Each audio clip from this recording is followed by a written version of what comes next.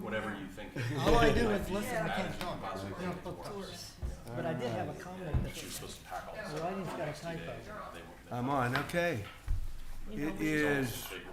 Wednesday, January 8th, 2025. I'm I sorry call to hear this meeting of the Planning and Zoning Commission to order.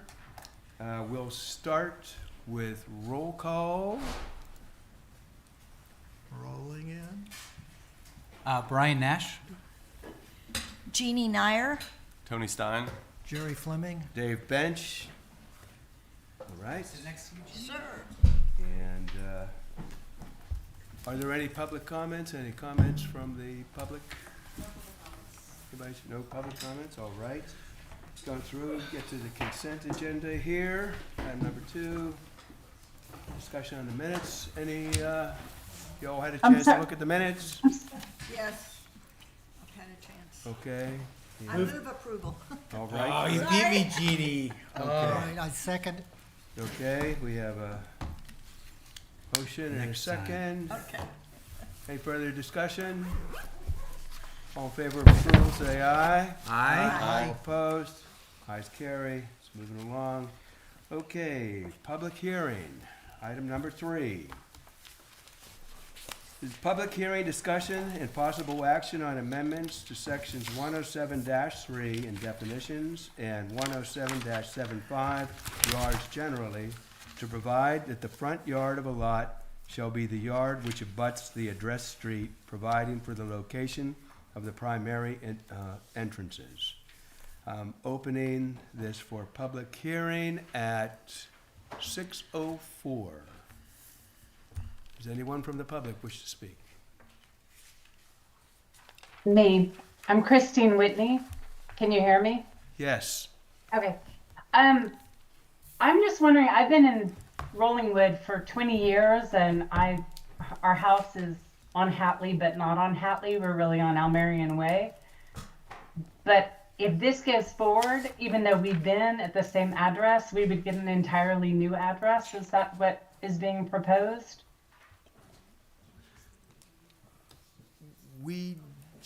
This is primarily about new builds that are going in and want to have their addresses changed. Okay, so we're it's not just gonna- for new builds. we're not gonna- Just new builds. Now, you may have an opportunity if you like to change your address. No, I didn't get that from reading the ordinance that it was for new builds only.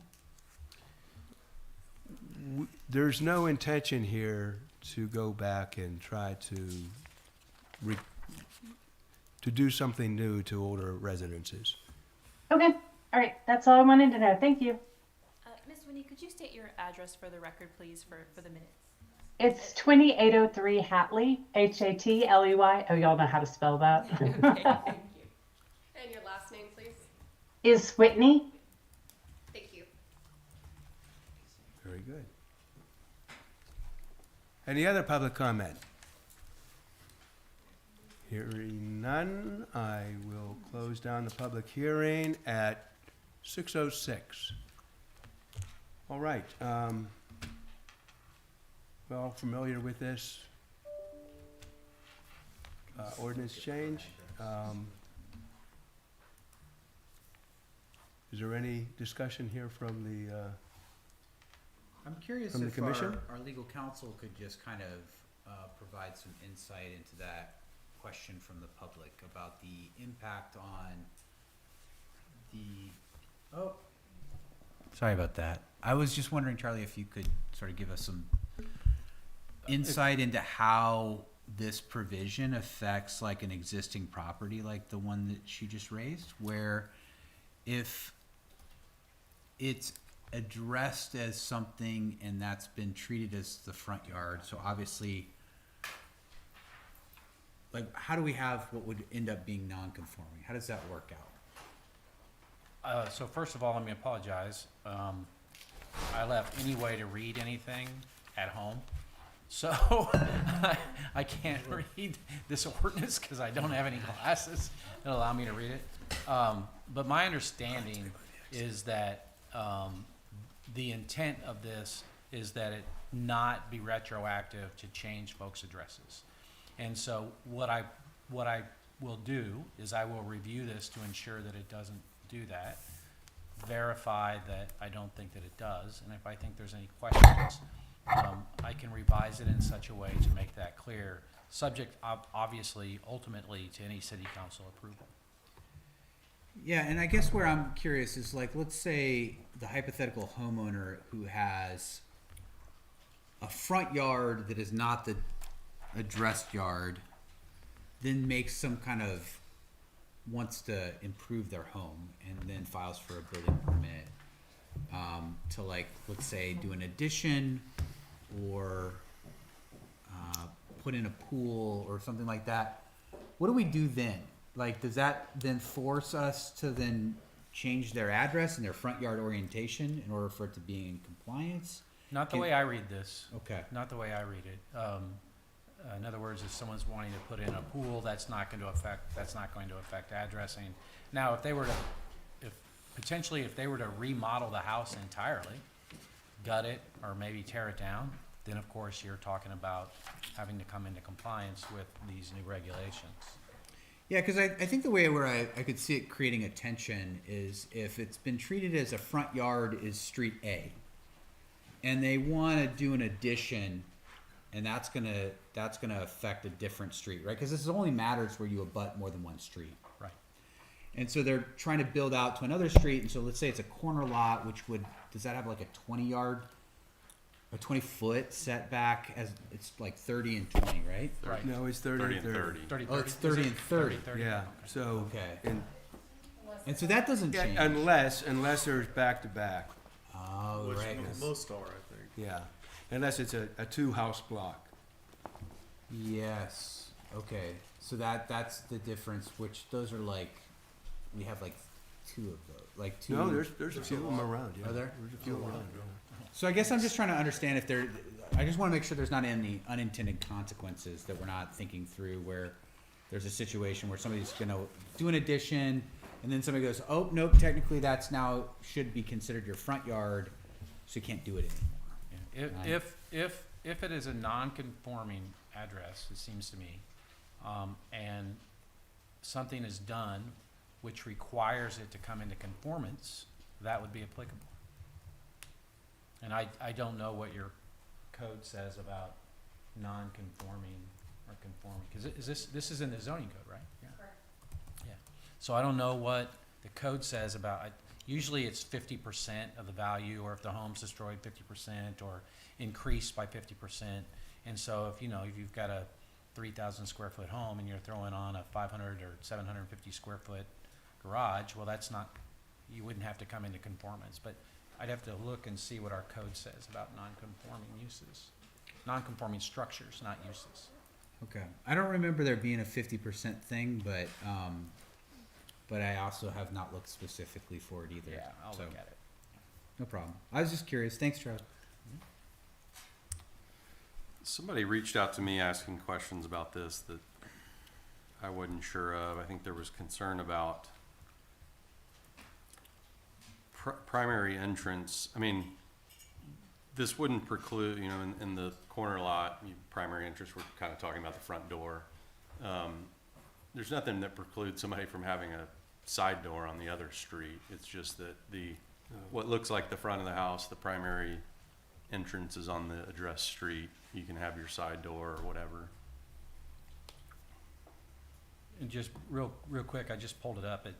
It's in the code 107-4222 says, except as otherwise required by ordinance or law, a non-conforming building or structure must be brought into conformity if 50% of the square footage of the building or structure is demolished, excluding a permit for interior construction or remodeling only.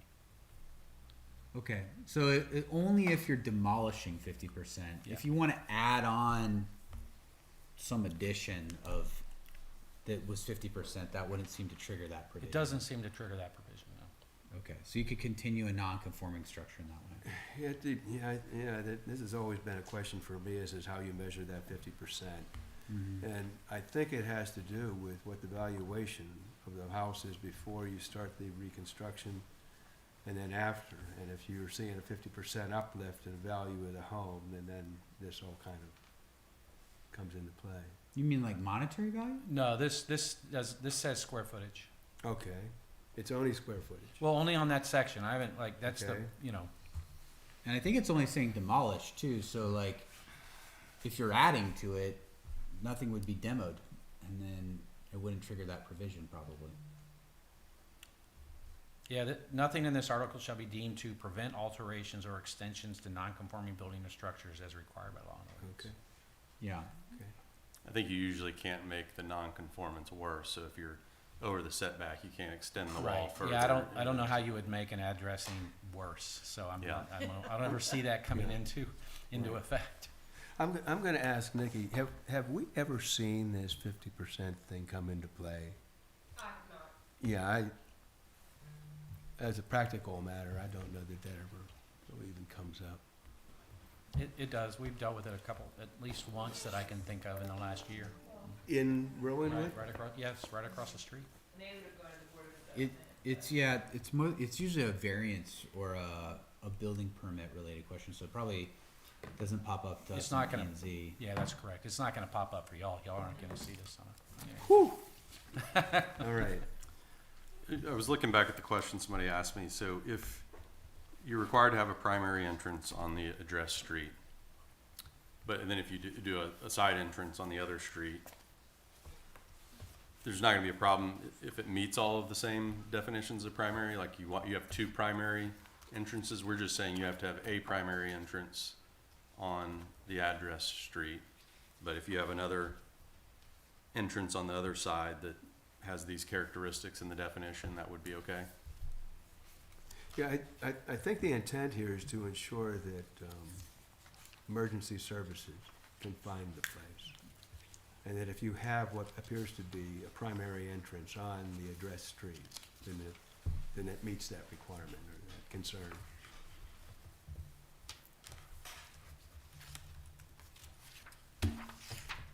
We all good with this? What about typos? Oh, is there a typo? Well, no, this isn't a final ordinance. This is in draft form for y'all to, Yeah.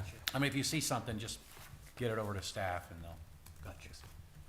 I'll say this, all of the documents, all of the draft ordinances have 2024 on them, so they all need to be changed. Yeah, this is really just substantively for your review. The form and the ordinance will be changed when it finally gets to council for their final approval. Okay. Do we have a motion here? What we're doing here is we're motioning it to send it on to city council, that we've approved it the way that it's written right now, and if there are any additions that need to be made, will be taken up at city council. But so far, we have no concern from the public, and Okay. we seem to have our questions answered. Yep. Thank you.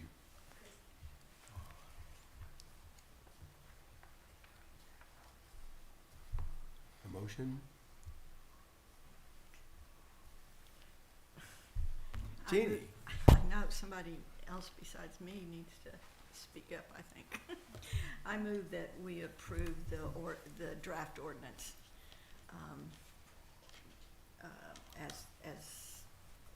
as written. Okay. All right. We have a motion. Do we have a second? I second. Okay, we have a motion and second. Any further discussion? All in favor of the motion, say aye. Aye. All opposed? Guys carry, what, 6-0? Very good. Huh, one down. All right, moving along here, we have, so everyone knows, this is going to public hearing with city council as well. So we're just one step away from getting this passed. We do is not the final word. Oh, we're never the final say. I'm very aware of that, Mr. Bench. This is for the public's sake, Oh, Mr. Nash. of course. We For the uninitiated. we wield no power. Okay. Public hearing, item number 4, public hearing, discussion, and possible action on amendments to Chapter 107 of the City of Rolling Woods Code of Ordinances, Section 107-369 to Section 107-379 to residential landscape and tree canopy management. Going to open the this to public hearing at 6:17. Is there anyone here who, from the public, who would like to speak about this ordinance? No public comments here. No Nobody has Okay. signed up. Right, hearing none, I'm going to close this public hearing at Do we Let's open call it it up to the, call it 6:18. They Oh. won't be able to. Amy let them know they could. any of our virtual attendees? Yeah, I'm sorry, I should have asked. Any virtual attendees Wait want to for comment it. on here? Yeah. Yeah. Thanks, Mr. Nash. All right, that said, I'm going to close this public hearing at, I think, we'll call it 6:18, just to say we spent a minute on it. Okay, commissioners, we have this before us. You have a couple of, besides just the draft ordinance, there's been some discussion in the past couple of days about some of the wording, and clarifications have been offered that I think, I've been part of the discussion, and I think they're worth looking at. So I think what we should do is go through those clarifications Yeah, it is. Oh, okay. Thank you. and decide whether or not we agree with them. Looking here, where am I?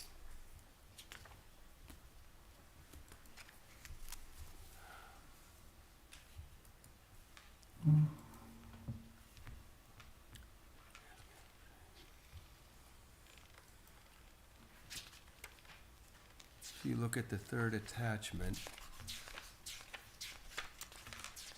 what it is it's the draft ordinance. And then there are some hand-lanced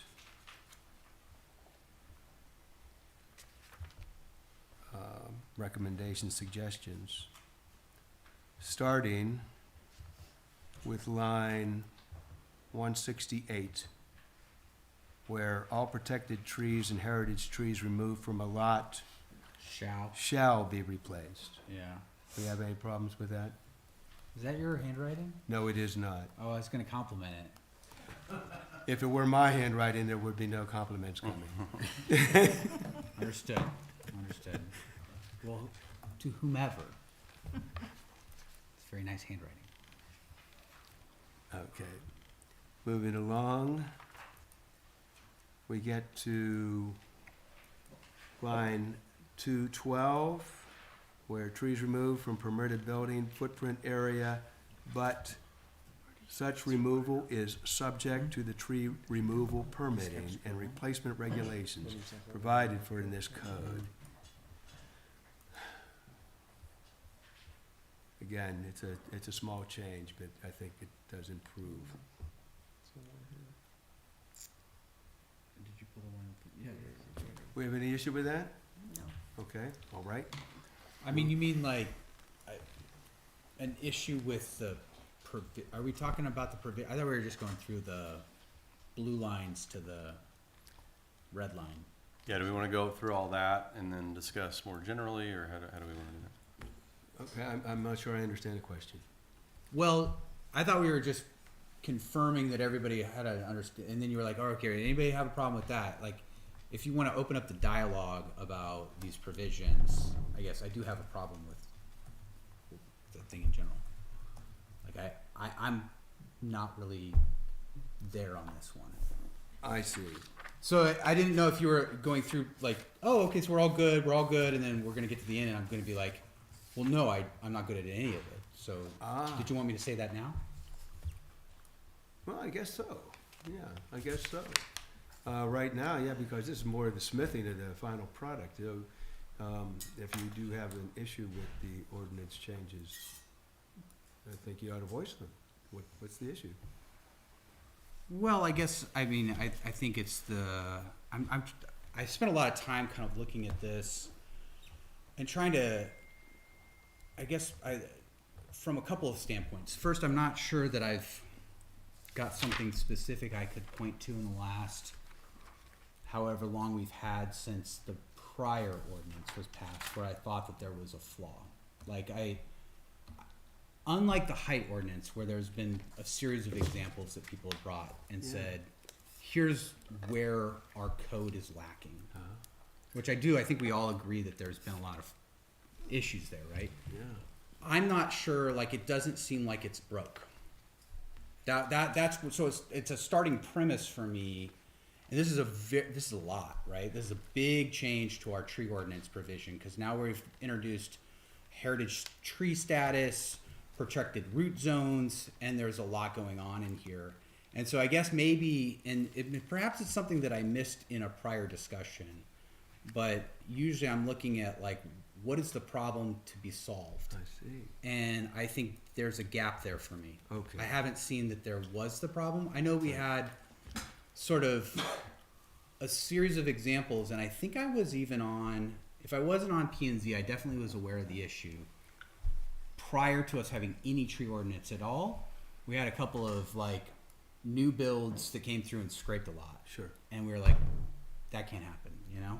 And so we put in the tree ordinance, and I know Amy Patillo spent a lot of time working really hard on it, and it seemed like a pretty good, cut. And I think it went through a lot of debate, took a while to get it to a point to pass, and I think it, cycled through a lot of compromise and things like that, and it ended up getting passed, and I think everybody kind of understood it, and it seemed like it solved things. Okay. So that's where I'm at. I'm like, I think we did this already. Let's say it was 5 years ago. Seemed like maybe it worked, and I'm kind of still not yet seeing where there's something that's a gap. I'm going to make a couple of points, and Sure. then I'm going to ask somebody from the audience to speak. Evidently, even as your position on this commission, you are not getting people texting you or phoning you to let you know that what's going on down the street is they're knocking down this gorgeous big tree in the middle of their front yard and that nobody is doing anything about it. And they're doing it, and someone will come and ask them about it and say, oh, we weren't supposed to do that. There's a mistake been made. This comes to me, I wouldn't say frequently, but it comes often enough that I know there's an issue.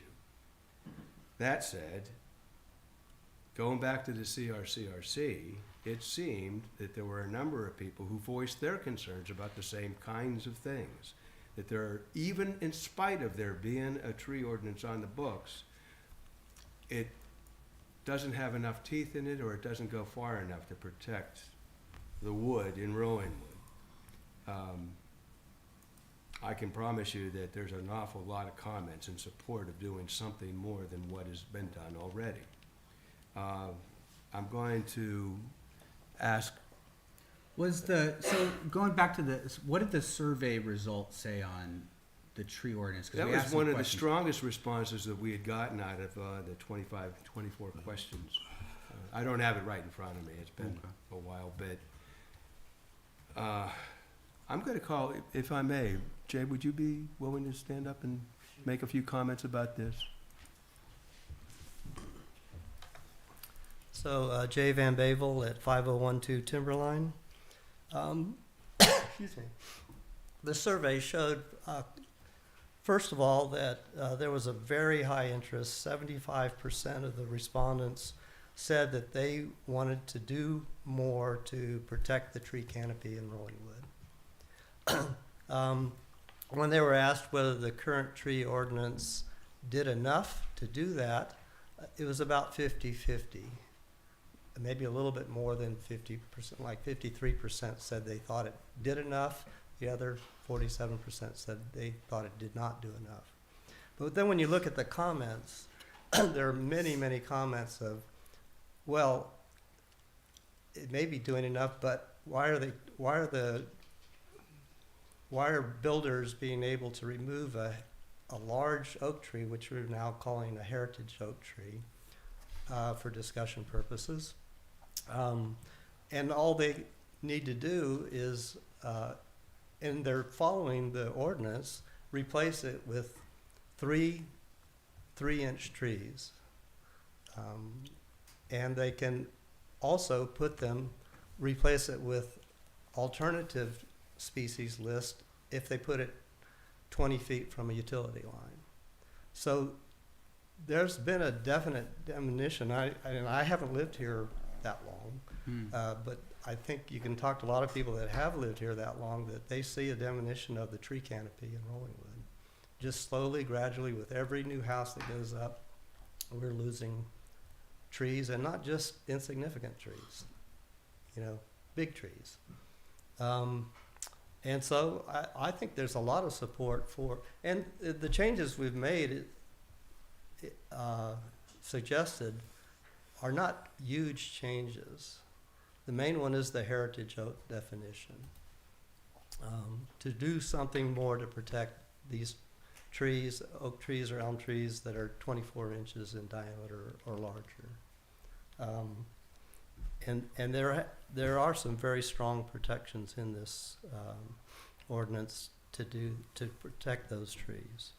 The rest of the changes are not, not that significant. They have to do with giving the city building official more say instead of having to hire a city arborist on staff. We've maintained most of the protections that were in the original ordinance. We haven't really removed any of those. So Jake, are you aware of any particular situations personally that under this new ruling, under this new ordinance, these people, that there would be a problem, there would be a fault? no, I'm not personally aware of any. No. You're not aware of any heritage oak trees being taken out? Well, there was one instance of one being taken out, supposedly, that was not on the permit, supposedly inadvertently. And corrections were made, but you can't replace that tree once it's removed. Yeah. And that tree would not have been removed without a variance from Board of Adjustment under the proposed Yeah. ordinance changes. I think we just saw one come down about 2 weeks ago, right before I'd gone on vacation. I think it was a heritage oak that on the corner of Timberline and Edge Grove. Okay. I'm just. Yeah, there was. Did you happen to notice that? Yes, I did notice that actually. But Objection leading? I assumed it was, permitted. Yeah. Yeah. That I don't think under the new ruling, I don't think that would have been allowed. Not without a variance. Exactly. Unless it was in the approved building footprint. It was not. Yeah, and I think that's something that P and Z asked for specifically, that we did put in this or proposed ordinance. That was one of the questions I had, was building footprint doesn't have a definition, I don't think, in here unless it's defined elsewhere. What is the footprint? Is it just the house? Is it paved lands, paved patio? Is it pool? Has that been discussed? You're right. There is not a clear definition of what a building footprint is. And what we do know, of course, is what the buildable area is, and that's defined by whatever is not a required yard, effectively.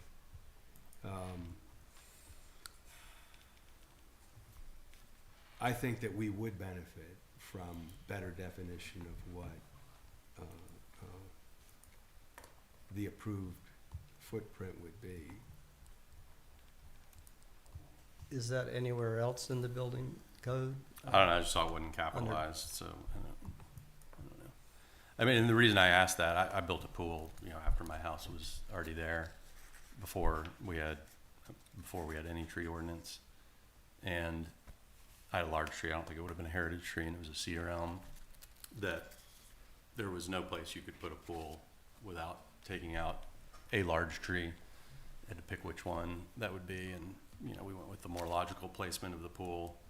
You know, maybe there was a scenario where we could have put it way back in the corner of the yard, you know, way away from the house and taken out a smaller tree, but those are the things I think about. I mean, you know, clearly I think, you know, building footprint would obviously be the house itself, you know, and then the question, you know, I don't think it's hard to legislate what's reasonable, but, you know, I think somebody should be able to have a outdoor patio or a pool. And, you know, one of my concerns with this is just, you know, if you have a heritage tree there, I mean, I guess you can go to the Board of Adjustment, I suppose, is the solution. I don't know how high the bar is gonna be if they say, well, you just shouldn't have a pool because you got a heritage tree instead, you know? Well, because And that's what I have the concern about. question at the Board of Adjustment will be, is there a hardship? Well, I think this, is that the case? It does Yeah. actually, you know, define It kinda where, you defines know, something things, different, you know, yeah. you could not reasonably build without removing that tree.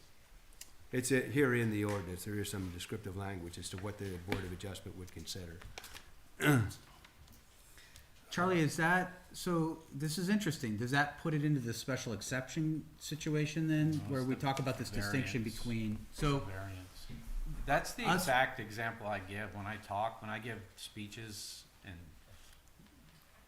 speeches, I don't know if that's the right word, if I give when I'm giving educational, speeches to zoning boards of adjustment and planning and zoning commissions, the example I give is that in order to get a variance, there has to be something unique on that property that's not on other properties that causes, you know, an undue hardship, and an undue hardship is something unique on that property. And the example I always give is, you know, on this property, they built a 2,500 square foot house, and they want to put a swimming pool in, but there's a 100-year-old oak tree right in the middle that would prevent them from putting that swimming pool in unless they removed the oak tree or they went like 7 feet into the 20-yard foot setback. Like, those are the two options, right? And that's, and or on a this really property, small pool? yeah, or and on, you know, and maybe it's a normal, and that's what I'm saying, 2,500 square foot house. And on this property, they built a 6,000 square foot house, right? At, you know, 1 story as opposed to, you know, 2 stories. But it doesn't have that 100-year-old oak tree right in the way. They, you know, maybe they don't get the variance because they've created their hardship by building such a large house. But the tree example is the example I give as something unique to that property. And that would, a Board of Adjustment would, I mean, we can't speculate how they would, but that would be within the scope of That what would be would the- constitute a hardship? Yeah, depending on what they're wanting to do, a variance would be a request, and depending on whether or not, I can't remember if we have language in here for a special exception that specifies allowing to take down, you know, the 100-year-old oak tree if certain conditions are met. That's when the special exception would apply. I don't know if we have that language. Do we? Okay. But a variance would also be a possibility. A variance for like going into the setback, rather than cutting down the oak tree, we want to go 5 feet into the 20-foot setback. And the reason we do is because we've got this beautiful 100-year-old oak tree. Yeah, I think you know, it's interesting, and that's helpful context. I think that'll depend on whether somebody considers the ability to build a pool to be a hardship or not. No, And- that's not the analysis that the zoning board of adjustment would use. It's whether or not the hardship is there is something, they want to do something on their property, but there's a setback, 20-foot setback. And the hardship is there is something unique on that property that's not part of the analysis, is there is something unique on that property that is unique to that property and no other properties. And the fact that that tree is there is what creates the hardship, not whether or not building or not building the pool is a hardship. Okay. Is there Charlie, is there a generally accepted definition of building footprint? I mean, I don't know. That would be a good question for an engineer or an architect. you're an engineer, Mike. I think Tony was asking if the code has a definition Yeah. for it. This code does not. No, you mean the general building. Or is Yeah, anywhere else in the I code? thought the yeah. question was there generally Well, I accepted? assume that there's not a definition within anywhere in our code. If that's true, then I was wondering if there's, what do you go to then? Somebody's arguing. Now, if you look at what our code does say, it talks about, a house has to have, what, so many thousand square feet on a base level, I think 2,000 square foot. And then, whenever you get into the DCM and other parts of the code, we talk about patios are permitted, uncovered patios are permitted, and that would, I think, be considered part of the buildable footprint. So whatever is allowed within the code for you to cut out, and it's not in, well, even those things are allowed, even a patio is allowed into the setback areas.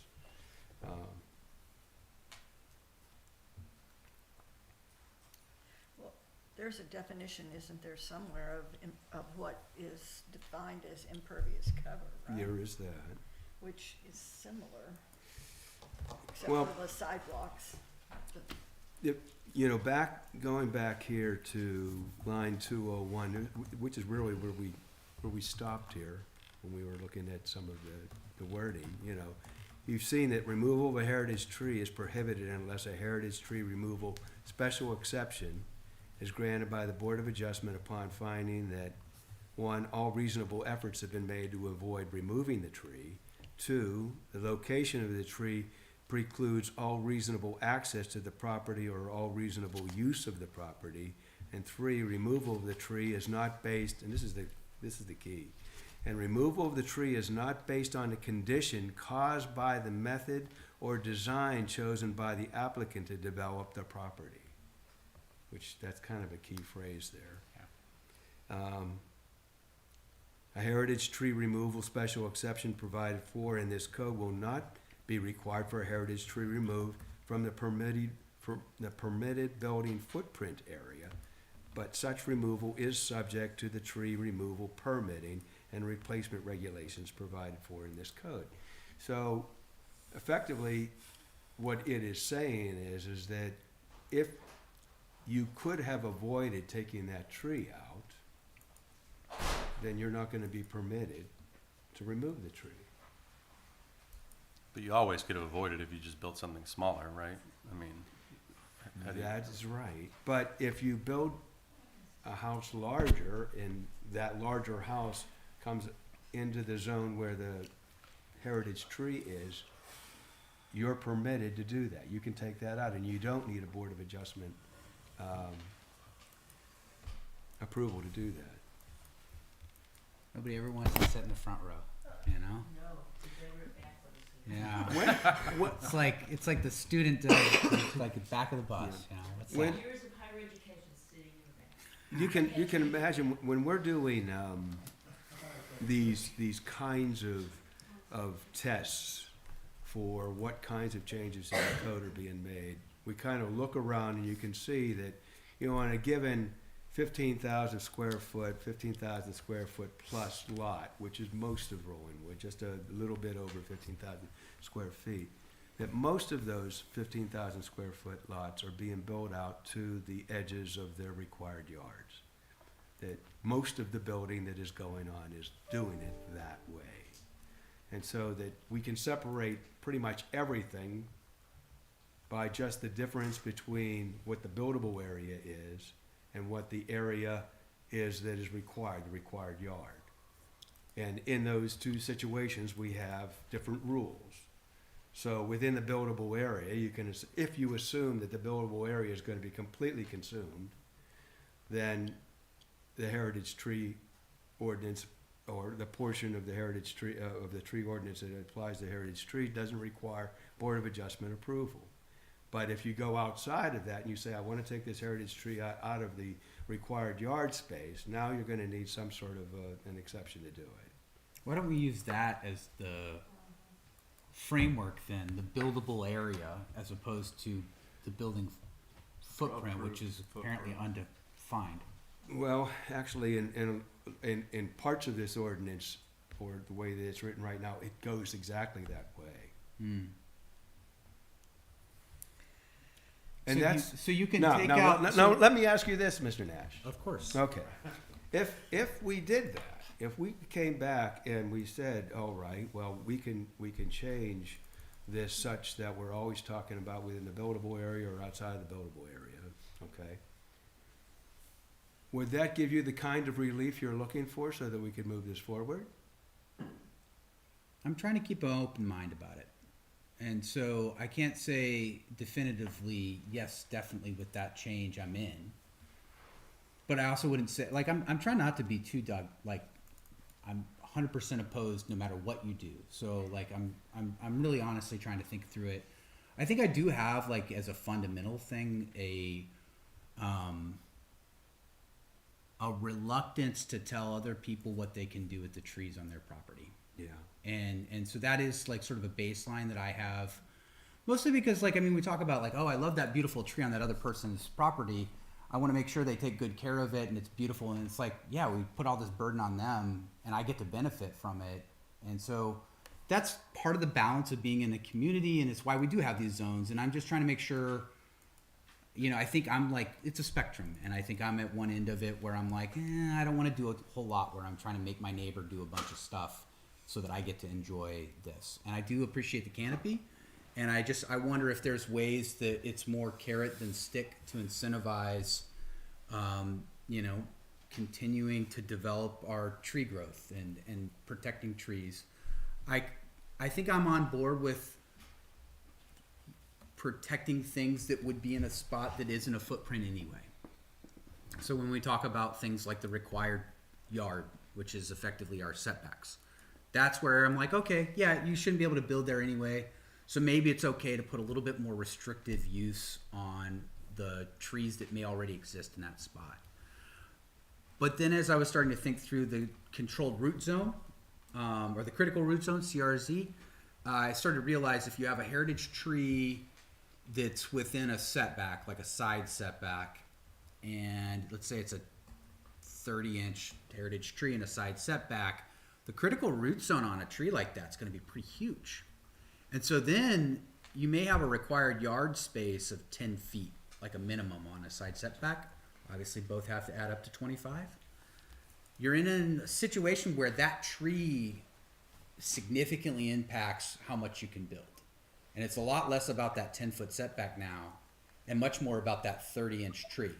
Because let's say, I don't know what the critical root zone is on a 30-inch tree, but it could be 30 feet. So now it's effectively like your front yard setback. And that's a big deal. And so as I was kind of like reading through these provisions, I was starting to think about, like, we're not just like making sure we protect the trees, but now we're impacting people's ability to even build or build, you know, I don't know what the sort of reasonable size of a house is. Mine's not near as large as a lot of the ones that are being built now. But that has a big impact on the value of that land. May I say something? Of course, Jeannie. Please. As most of you know, I grew up in Rollingwood at 4906 Timberline. And the home that, in the front yard of that residence, is a tree that was pretty small when I was growing up. I mean, it's an oak tree. And essentially 60 years later, I know, I hate to say it, but it's true. Thank you for your, Something's not adding up. thank you for your candor. Yeah, that tree is still not that large, is what I'm saying. And it's, I mean, it's a nice size, but it is not like the 100-year-old oak trees. And, you know, we talk about these 100-year-old oak trees, but that's a 60-year-old oak tree, and it's still not that huge. It takes a long time to grow a beautiful tree. In Rollingwood, we do not have deep soil. We don't, you know, we have this rock underneath us. I do think we need to be protective of some of these trees.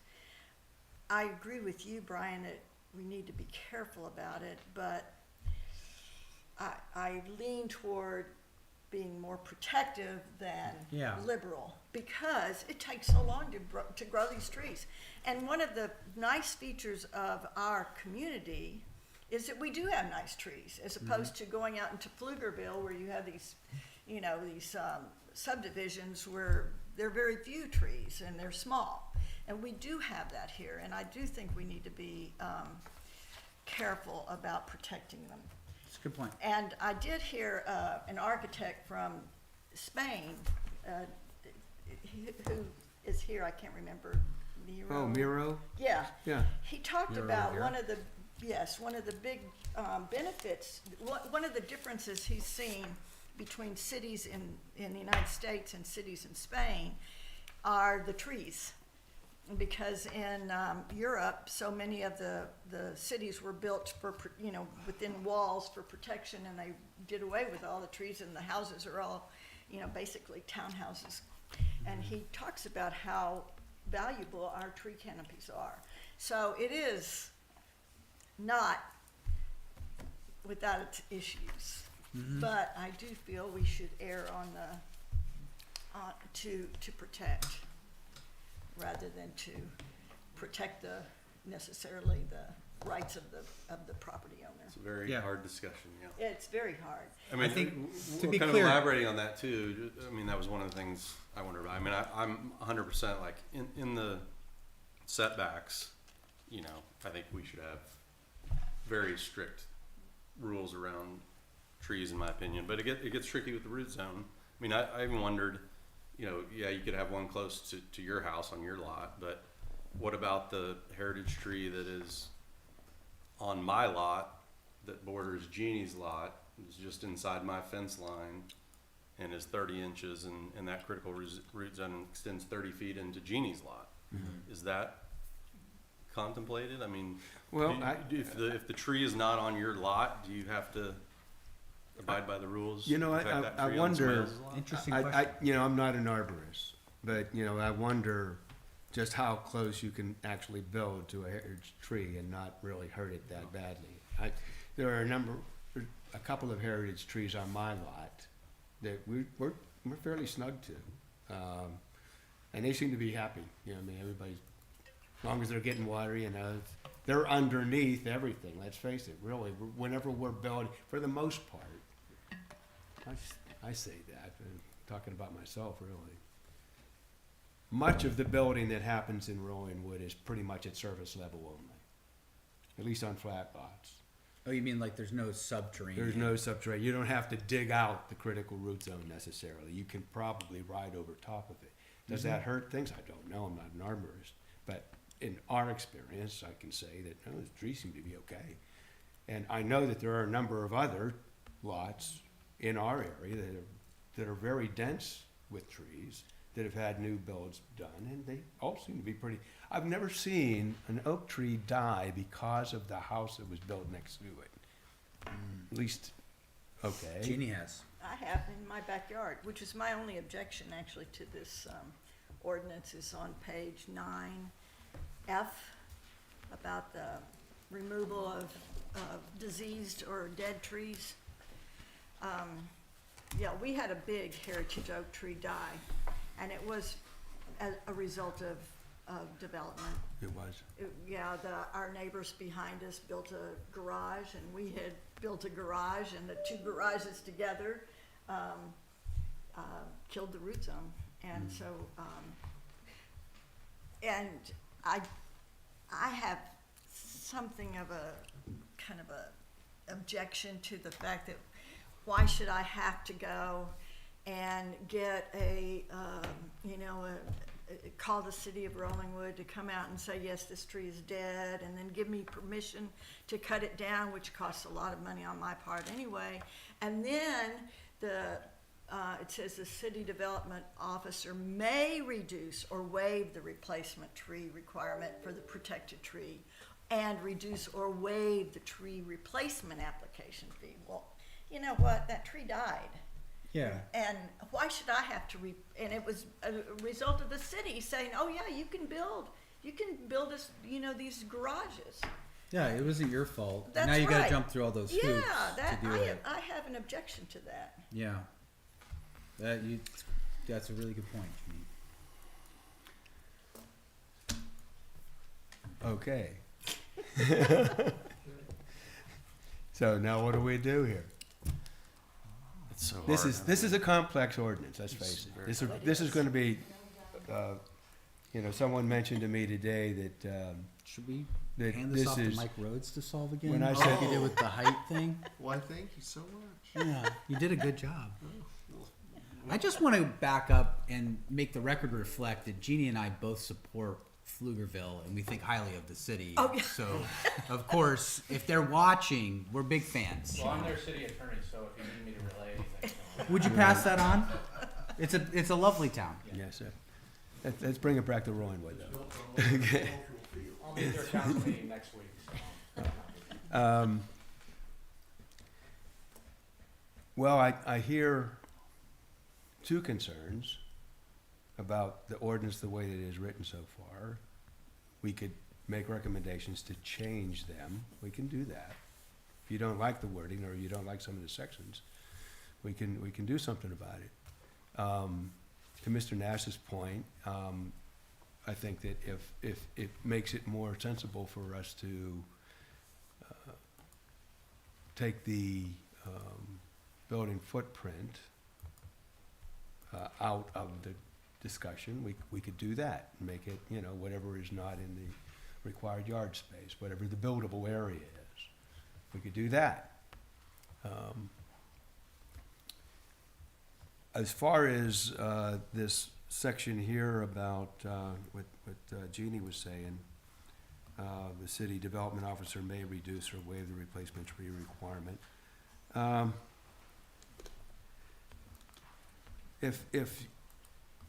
If this section F here is causing a problem, why don't we try to figure out what wouldn't cause us a problem?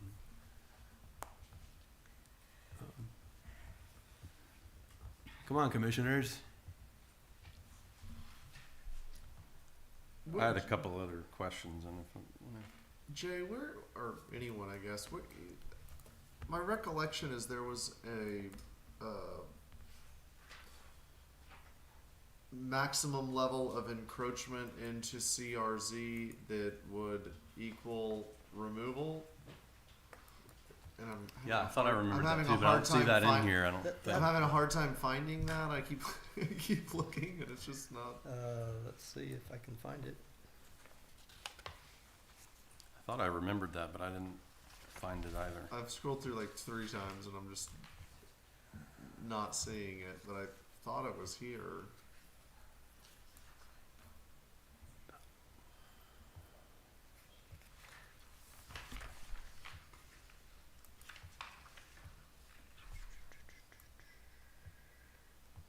Oh, here, no. I think it's in this removal at the beginning, because it defines what a removal is. What line? And are one you of the, on? I'm in 139, damaging the root system can be removal, but it doesn't talk about percentages, it's just, I thought there was a percent. Imaging the roots. I thought there was a percentage, because I wanted to, like your comment, Tony. I mean, I think like where I feel like we left off on this was that there was strong agreement around protecting trees in the side yard or in a required yard. I felt like that seemed pretty logical to everybody. I think that I sort of agree with Brian. I'm very concerned about creating any variance or special exception requirement around removing a heritage tree in a non-required yard. But I'm sympathetic to Tony's point that if it's right on the edge. Would you back that up again? I want to make sure I understood what, so, not required yard.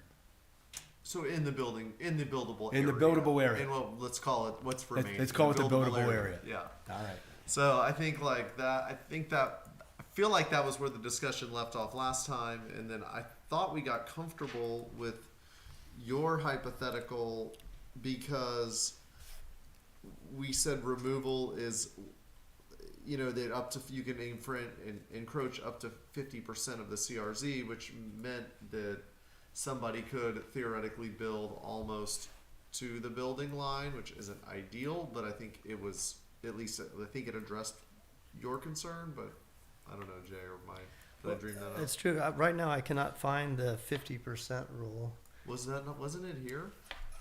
I thought it was. But the idea is that, and this is confirmed by arborists in other cities' codes, that removing up to 50% of the critical root zone means that the tree has a good probability of surviving. But if you do more than 50% of the critical root zone, you're probably killing the tree. I'm not an arborist, but I Yeah. believe like City of Austin is a quarter is CRZ is relatively sacred. And then you get a little more latitude as you get to the half CRZ, what have you. So I think it somewhat depends on where, as well as how much of the root zone, but I think, you know. Is what you're saying, that 25% of the remaining critical root zone would be enough? Is that what that said? Or was it the opposite of that? I'm not arguing for anything. I guess what I'm saying is to address Tony's concern around having I guess I just want to know what we're proposing. Like, I thought that we had something related to CRZ encroachment that was allowed this amount, and I just don't see it. And so I think that's a huge part of this is if we're going to be saving trees, we have to define what amount of CRZ we can and are willing to accept encroachment into. Otherwise, it counts as a removal, and then you're subject to replacement. Yeah, I read this fairly carefully today, and I didn't go back and compare any prior versions, but I actually wasn't sure that it defines what you can't do or can do as it relates to the root zone. It defines the root zone. I didn't see anything where it says you cannot build over any of the root zone, but I also didn't see anything that says you can build over the root zone. So I'm not sure. Right. But I very well could have missed that, but I was looking for it. And then maybe I dreamed up it was here before, but I remember talking I thought about it that was too. and I do see that as an omission, that when it talks about damaging the root system, it's not specific about damaging the critical root zone and what percentage of it can you build over or excavate through. Right. So the information, I think maybe where you might be talking about, page 10, line 368. That section is talking about the removal and damaging of a tree system, the CRZ, and its straddling properties. Is that kind of where you're going? Well, That's I the- read that, earlier Yeah, today that's too, like and I the had a only question there. It information doesn't have that I percentage, found. but I didn't really understand Right. this either. It says if a protected tree, which is not a heritage tree necessarily, but a protected tree, has a trunk on a first property, so let's say my property, and the critical root zone and canopy extends into a second property, Jeannie's property, the second property owner, Jeannie, is required to obtain a tree removal permit for the removal of the tree on my lot? That's how it reads to me. Yeah, it is very ambiguous. I assume Jeannie can't remove my tree. Well, this is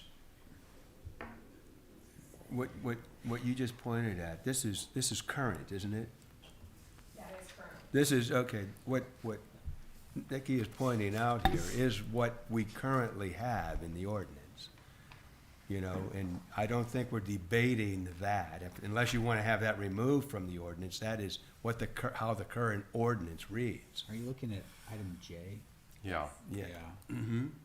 So, Well, yeah, this and I'm has not- already, I this has mean, already been approved. Yeah. Now, and it does not, should But am I not, reading does that not right? talk about heritage trees, it just talks about trees in general. Can a property owner file for a permit to remove a tree on their next door neighbor's property? That's the way Jay reads. Or that's the way I read it. if a protected tree has a trunk on a first property and CRZ and canopy that extend into a second property, the owner of the second property is required to obtain a tree removal permit for removal of the tree which would be on the first property before performing any actions that constitute removal. Yeah, but that's, removal is what, taking 50% of the canopy? Maybe maybe that's supposed to apply to trimming, I guess? Yeah, I suppose if you went straight up and 50% of the tree was on your property, but it went over, you know. Removal means uprooting, severing, damaging, Actions described. Which, what, if you read Said what? property owner so takes an action 25% of the canopy, 371E, yeah, yeah. which is intentional severing of the main, I guess that's intended to be like if 25% of the canopy is over your property and you wanna go trim it, then you have to get a permit. I mean, that's, it would require you to get a permit to do one of these bad acts that yeah. would kill the tree, as listed in 371E. So it makes a little more sense in that context. Yeah. So, I was hoping that we could restrict our conversation to the things that we're proposing for change. But, you know, if you wanna go back and look at the old ordinance as well, and, we can do that, you know, we're within our rights. We do That was a actually polite have way a of certain amount of asking us to power stay here. on task. I I'm appreciate sorry? it. I said that was a very polite way of asking us to stay on task, Dave. I appreciate that. Thank you. Well, my objection is to the old ordinance, the F. F, yeah.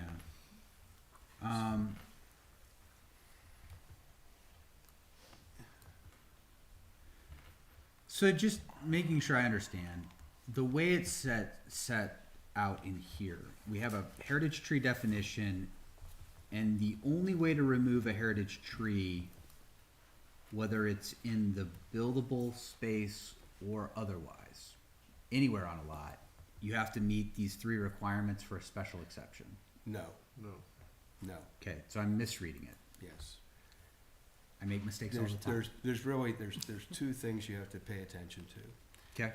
Is the house, is the structure that is wanting to be built, that is getting, that is requesting approval for a building permit, does that footprint of that house, does that extend over the heritage tree? And if it does, then you don't have to get a special exception to remove that tree. If it is anywhere else, pretty much, if it's anywhere else, then you do. Okay, where am I misreading this then? Because so when I'm looking at section 107, 373, A sub 2, the new 2. What line number? So I'm on line, say, 201. 201, okay. Yeah. The way I read this is it says removal of protected trees. A person may not remove a protected tree without a tree removal permit. And then there's 2 subcomponents, right? Part 2 says removal of a heritage tree is prohibited unless a heritage tree removal special exception is granted by the Board of Adjustment upon a finding that 1, all reasonable efforts have been made to avoid removing it. 2, the location of the tree precludes all reasonable access. And 3, removal of the tree is not based on a condition caused by the method or design chosen by the applicant to develop the property. And so, to me, that would be an overarching thing Well, saying that. So But then it says an exception is not required, the last sentence of that. Yeah, but is that decided by the building official? Is that what the intention? And who decides that? So I think the way it's structured to me, I mean, I don't know if canons of like contract construction are the same as statutory construction, but like there's some ambiguity here at the very least, because the way it's read or the way it's written, it says, I mean, maybe they're saying there's an exception to the exception of an exception, but it's making it sound like you can't remove a tree at all. heritage tree at all, unless you meet the 3 requirements for a special I- exception. Well, all I can say is that our intention is to have it such that you're allowed to build by the rules allowed in the code. And if there's a heritage tree within the area that you intended to build, that you're allowed to take that tree down. If it's outside of the area that you intend to build, then you can't, or you have to get a special exception to do it. But that is the intention. If this wording does not say that, I think it does. But if you don't think that it says that, then, and you agree with the concept of what I'm trying to describe to you here, Yeah. then give us the words that fix it. Okay. No, I appreciate that. It's helpful because with that clarification, I understand what the intent behind it is. And Yeah. I think all we have to do is align on the intent, and we can wordsmith the language later. I guess circling back to my point earlier, Yeah. what's your thought on, instead of it being the building footprint, it being the buildable area of the lot? Obviously, with the side setback or the side yard provisions, Yeah. we'd have to figure out what that really means, right? Because is it 10 and 15? Is it 12 and a half, 12 and a half? Or do we just say it's 10 and 10 and then Yeah. everything within that? But what's your thought on that, Mr. Bench? I agree with you. I believe that really what we want to be talking about is the buildable, the allowed buildable area versus the required yard, and leave it at that. And there are certain rules that may apply within the buildable area and other rules that will apply within the required yard. And I don't have any trouble with that. Well, So it gets ambiguous whenever we have a house that is smaller than the buildable area. And then you're saying, okay, well, what about that undefined piece of property we don't have a definition for? Well, the rules, in my view, ought to be the same as they are for the buildable area, just buildable area rules, period. So, Okay. Okay, Jerry, I'm sorry. You wanted to say something. well, that means that if you have a tree that's like 10 feet away from your proposed new building, and it's a heritage tree and you don't want it, you can cut it down without a special exception. In the buildable area. If it's in the buildable area. And the billable area is lot line to lot line. No. No, No. you got setback. It would Well, be the with, buildable it's- area is your building footprint. Maybe that's my problem. What's, Yeah, we yeah, have yeah. a building that's certain square footage. Okay. You take the required yard, okay? Yeah. Which is, 30 and 20 and Yeah. 10 and 15 and all that. Take that, and whatever's in the middle of there is the buildable area. Well, that's the building, you went from building lot line to lot line. No, No, we I'm just- sorry, no, I'm it's sorry. not lot line to I lot said line. building, Oh, building line, building line to building line. I don't know what a building line is, but okay. Well, your setbacks, Yeah, setback to setback. Yes. setback to setback. Setback If this to is your lot, and this Yeah. is your Right. buildable area, Sometimes your area that's not your setback areas, you can call it the buildable area. right. Okay. So if you have, if you take the protection of the trees, the special exceptions away from all that area on the inside, you've allowed people to take down a heritage tree that's outside your potential building. That's not in the setback area, but it's between the setback and the actual building. That's true, but there's And- still and- gonna be a replacement requirement now, Well, okay? There- So there is, you're taking it down, but there's still a replacement yeah, requirement. but you just, why have a heritage tree definition there? Here's If you- the if you thing, no, allow them no, to no, cut 'em let's down- back up more, there's more. Okay, now, what you just said is true. If you have a heritage tree that is outside the area that you're gonna build on, but is also outside of your required yard in this kind of no-name property, you have to get a special exception to have it removed. And Well, now you have to go to the Board of Adjustment and show them that there's some reason why you need to remove that tree. Well, that's what I And was. that's where the protection comes in. Well, That's What- different. Jerry's saying that only the setbacks are the places where you have to get an exception. No, it's not true. No, that's what I thought they were Right, heading. and that's what I thought, But I- and that's an even but if- smaller area because you have Right. easements along the front and the side of your property if you're on a corner, so you're talking about even more condensed area. Would you state your name and, Sandy Keller, I live at 307 Inwood Road. all right. I'm sorry. Well, I think we're But- back to where we started. No, And no, actually, that the we, special this, exception- this code is specifically written to safeguard heritage trees. So, pretty much, it's gonna be pretty difficult to remove a heritage tree if you're not gonna put a house on top of it. There you go. That's what it is. And if you are gonna put a house on top of it, God bless you, you can do it. You could do that thing. This is what the house, this is the design of the house. There's a heritage tree right in the middle of the lot where the house is gonna go, you gotta take it out, okay. You know, you're still gonna have to do a replacement, have to do a one-for-one replacement, but it's not a heritage tree replacement.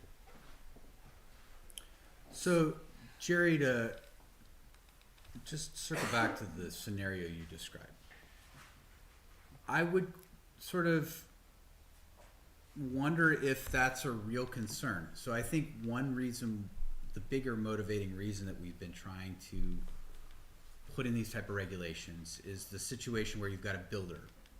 It's not necessarily going to be the homeowner, but like things that are being built on spec and people going setback to setback and trying to maximize big monster house, right?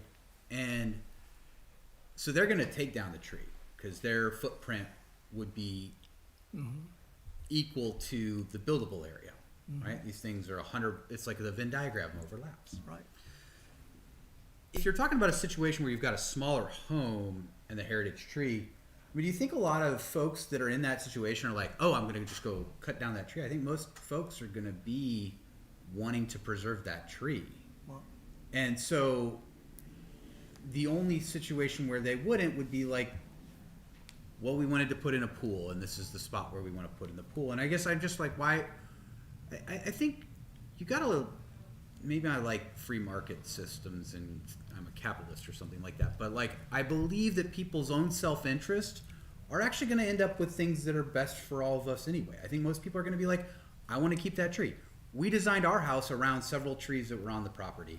And I think, Dave, your house was kind of designed in a similar way. You made a courtyard around it. That's right. And I think most people are going to try and do that. So I'm always reluctant to put in new regulations if I feel like, 90% of the time you're going to have people that in their own self-interest, they want that thing too. Do you think there's a scenario Well, where somebody but builds the here's smaller the- home, but it's like, now chop down the tree and we- put, we- but We the often try to unfortunate solve for thing the is, spec builder who's gonna fill it up Yeah, anyway. that's They're, the- they're gonna go find the heritage tree and design to eliminate it. I mean. That's right. this is what it is. That's the problem. Is it's you've got a spec builder who's going to say, well, that tree's in the way of. I want to put a fountain in there. I want to do something that is not necessarily adding to the house. I want to do it because I think it's in the way. I think it makes the house, the property ugly or something. They'll do something, and if there's no control on it, it's Wild West. You do whatever you want. And I don't think, with the exception that you have to do a very minor replacement.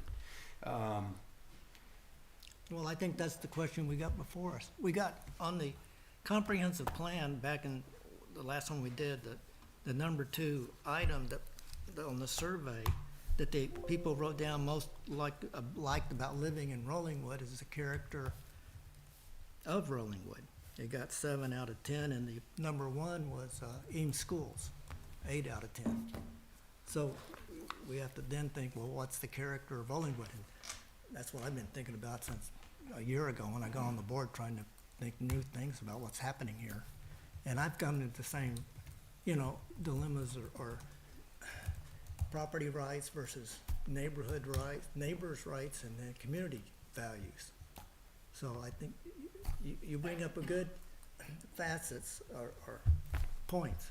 How do we balance this and keep our character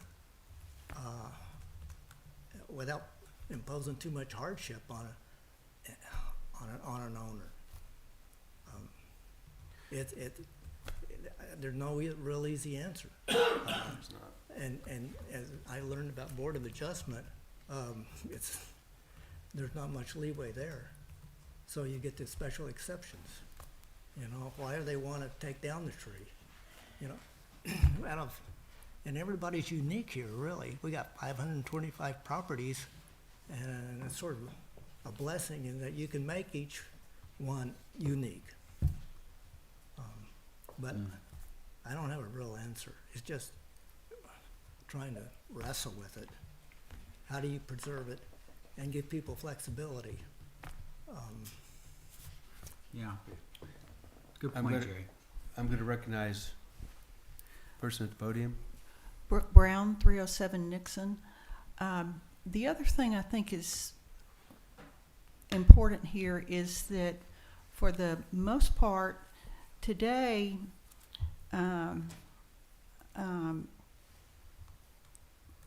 most of the lots that are being developed are being bought by a developer and then sold to a homeowner. And so you don't have the person who's going to live in the house being the one to decide where that house is being placed. And what seems pretty evident is that builder is going to knock down the trees that make it quicker and easier and cheaper to build. And so that is not in the interest of any of us that like a tree-covered neighborhood. And so I think in deciding whether you protect heritage trees just in the setbacks or where the house is placed, I hope you'll take that into consideration too, because the person typically that has hold of the property when it's being developed is not the one that's going to live there. So I just urge you to think about that as well. Thank you. Thank you. That would be interesting. Do we track that at all? Which ones are developer specs versus?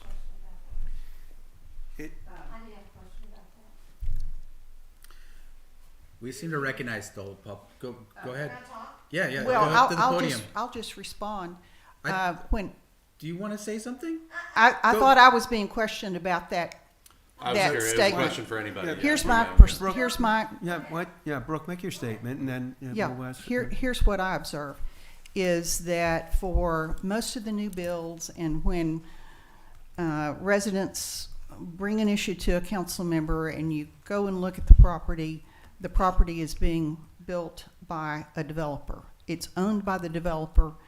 The developer has developed the plans and perhaps it's bought before the house is completed, but the permitting process has been done by that point. And so it's in that permitting process where the actual physical layout of where the house is going to be is determined. So, and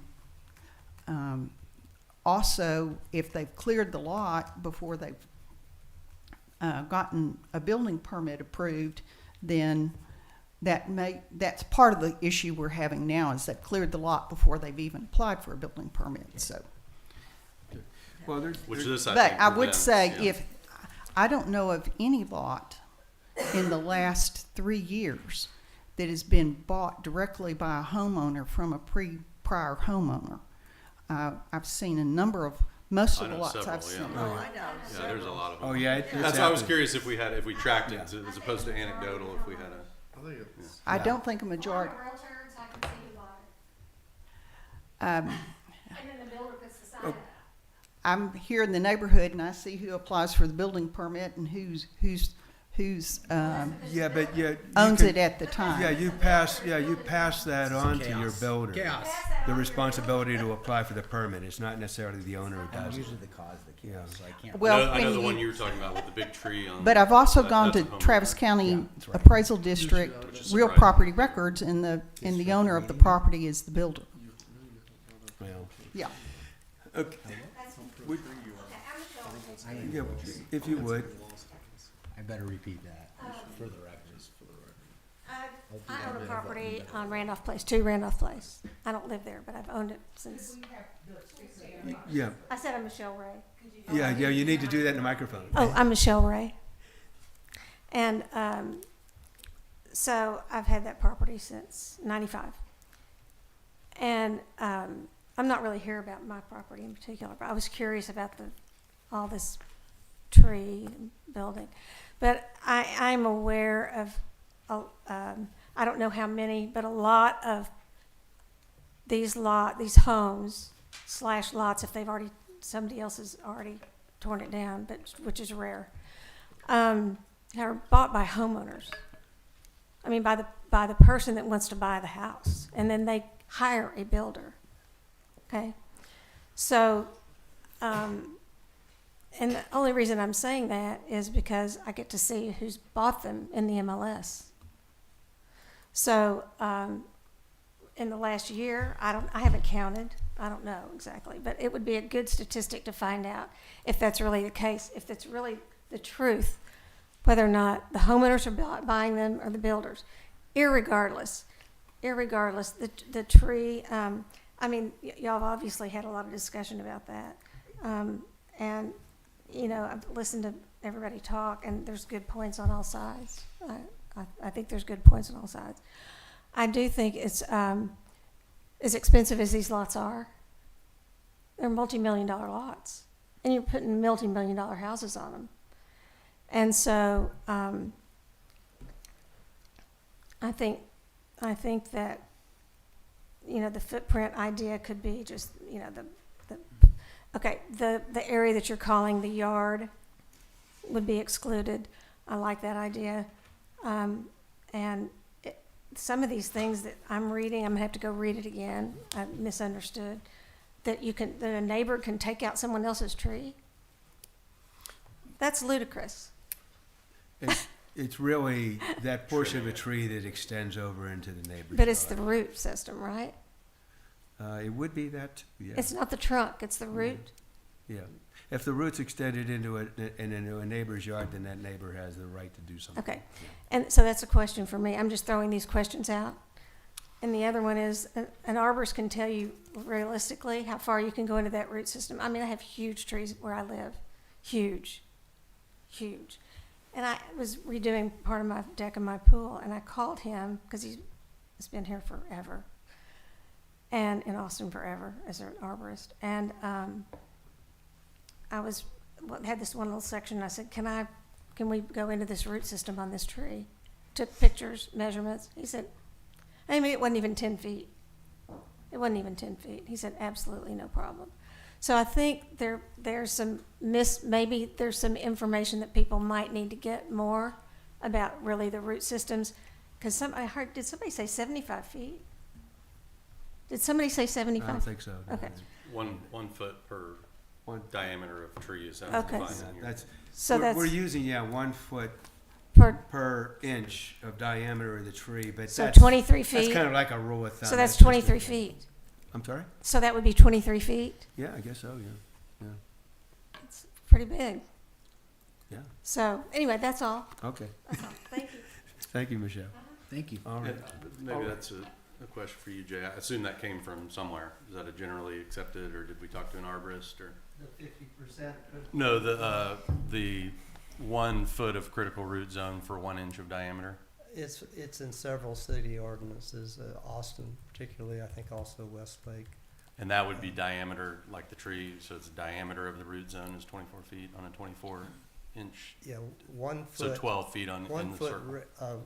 radius for each inch of diameter. 1 foot of radius. Yeah. So it extends 1 foot for every inch of diameter. So if you have a 24-inch, You got 24 feet on every. that's yeah. right. Radius is like, So like a circle. Pi r squared, you know anything about that? I remember that. Well, they kind of consider the critical root zone as being a circle. I know.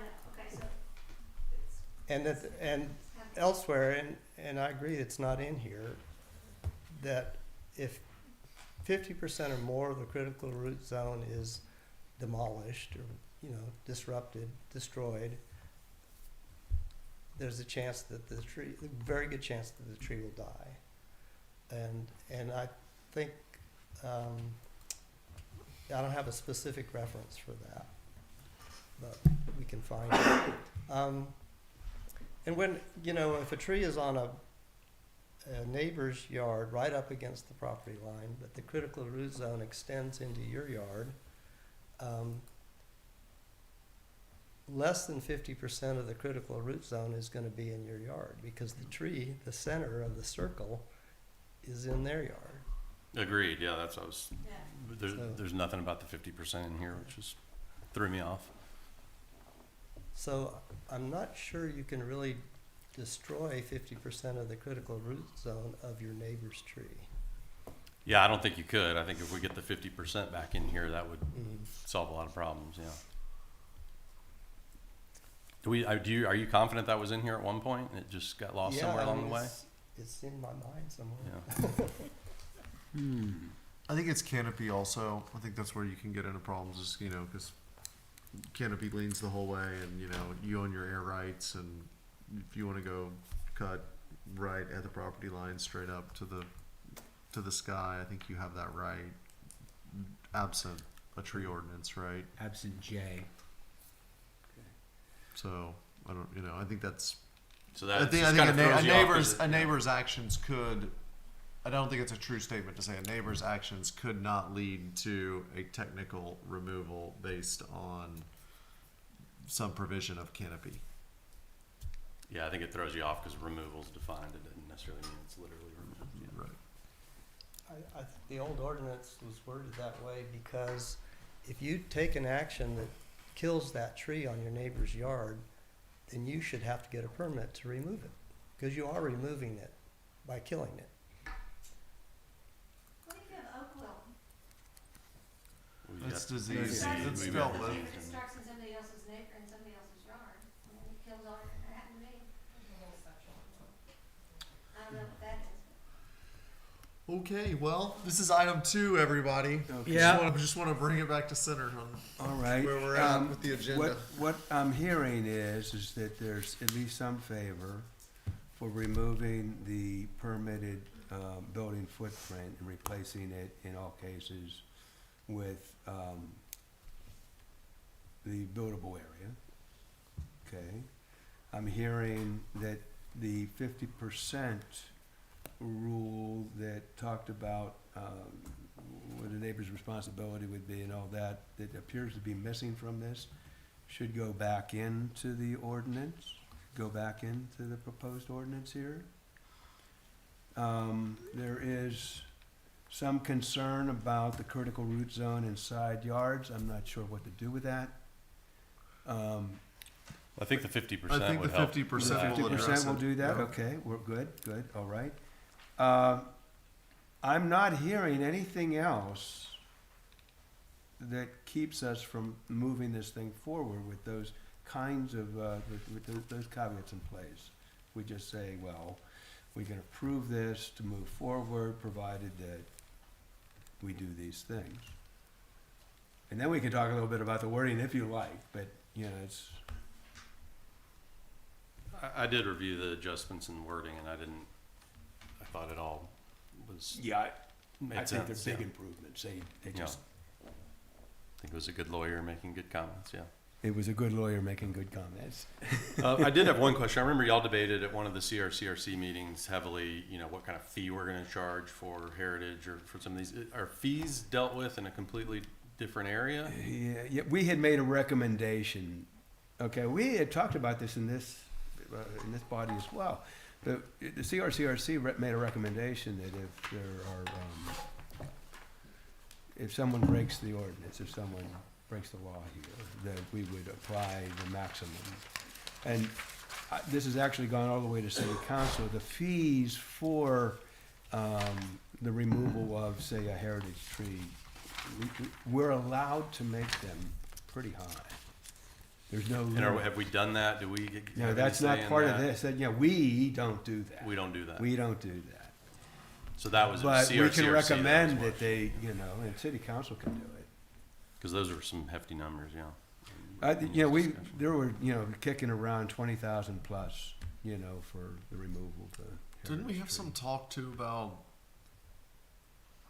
larger diameter requirements for heritage trees. Well, we and then did that, someone said there is the that 5-inch rule. We have the 5-inch tree rule for the replacement of heritage trees.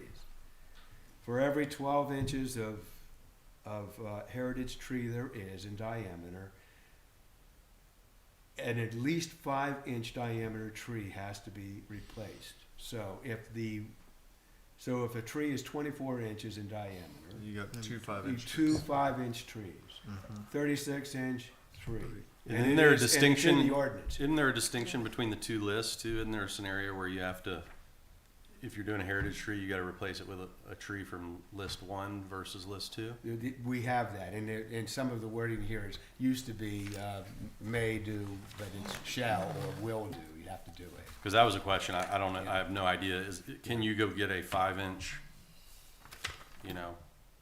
elm, walnut, pecan, et cetera, are those readily available? Sure. Okay. Do we know how expensive they You are? can get a 12-inch oak tree, live oak tree. It was the arborist that reviewed this. Okay, said we talked about that a at one 5 point. inch is much more readily available. Okay. And cost-wise, I don't know, it's thousands of dollars. We have like 4-inch oak trees that we put in our place. They weren't replacement, they were voluntary, and they were, I want to say this right, they were $6,000 each. US? Bitcoin. So No, you got me there, it was Canadian. Yeah. Are you comfortable with that? Yes, if we can this do this, if we can discussion? get an emotion here with these kinds of amendments in here, I think we can move this along. Yeah, so I will state that, or I'll state the conceptual sort of framework that I think I'd be comfortable with, which is if we had restrictions on heritage trees as it relates to required yard space. What I'm having trouble is seeing how that reconciles with the current language. Like, I think there's an issue with it being building footprint versus buildable area. Yeah. I think there's a little bit of conflict with the special exception provision because it talks about you couldn't build it in the All other situations, yeah, and you have yeah. to meet 1, 2, and 3. No. So here's like at a high level what I would sort of be on board with is if we created a pretty restrictive setup for removing a heritage tree in a setback. Like, it's technically not a setback, it's required yard space, but those kind of zones you shouldn't be able to build a tree in or build a house in anyway.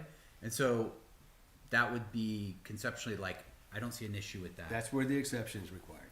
And that would, and then so to get it out of that spot, you'd have to have the special exception, and that's a pretty hard thing to get. All of that I would be, I think, on board with.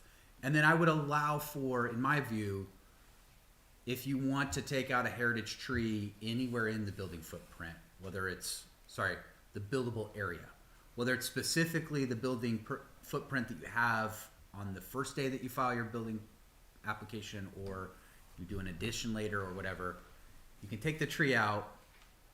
There will be a consequence to that though, and that consequence will involve replacement trees and some heritage tree removal fees, TBD, not our body's decision. All that I think I'm on board with. So like, If you could turn that into a motion, I'd love it. I can't. But I'm just, And so I don't know if everybody else is aligned on that, but that's where I think I can get my head around it. All that kind of makes sense to me. Can we just table it with that direction? No, we don't want to table this.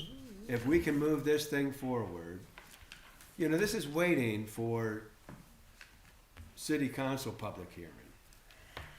What do you got for us? Yes, we have noticed already, so the notice that everybody got included a city council public hearing as well, so we've already paid to do the citywide notices for all of these public hearings, so our strong recommendation tonight would be that the P and Z makes a recommendation to council, whether that be to approve with changes, whatever it is. That's right. You can submit all of that, and we'll put it in writing for the city council. Kids, would we be knew our this was coming. recommendation. And then it's We need still to figure coming it- back to us as a final ordinance? It will or not come back. It's This never is- coming This back. is the public hearing. Yeah, this is the final. It's not coming process. back to us, but it is going to public hearing, and you are free to go to that public hearing and voice your opinion. Well, I'm serving my time right now. Well, I think what you said was pretty clear.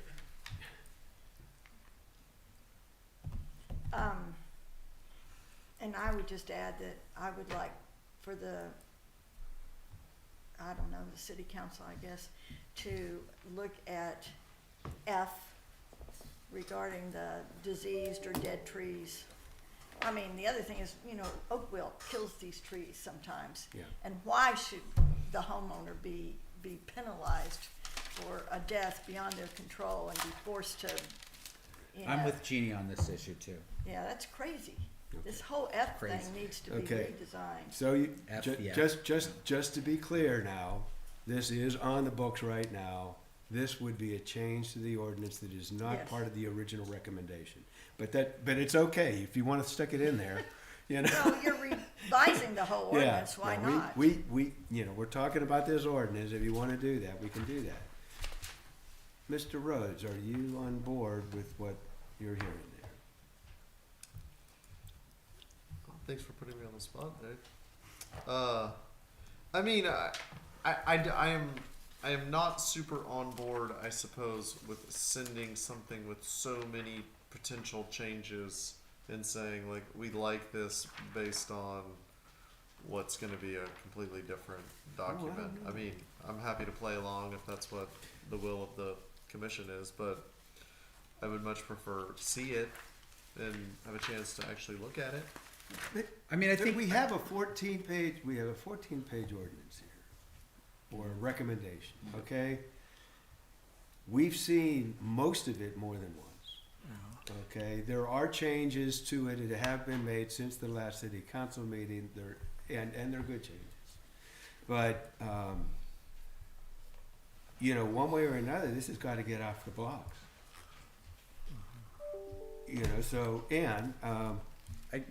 I think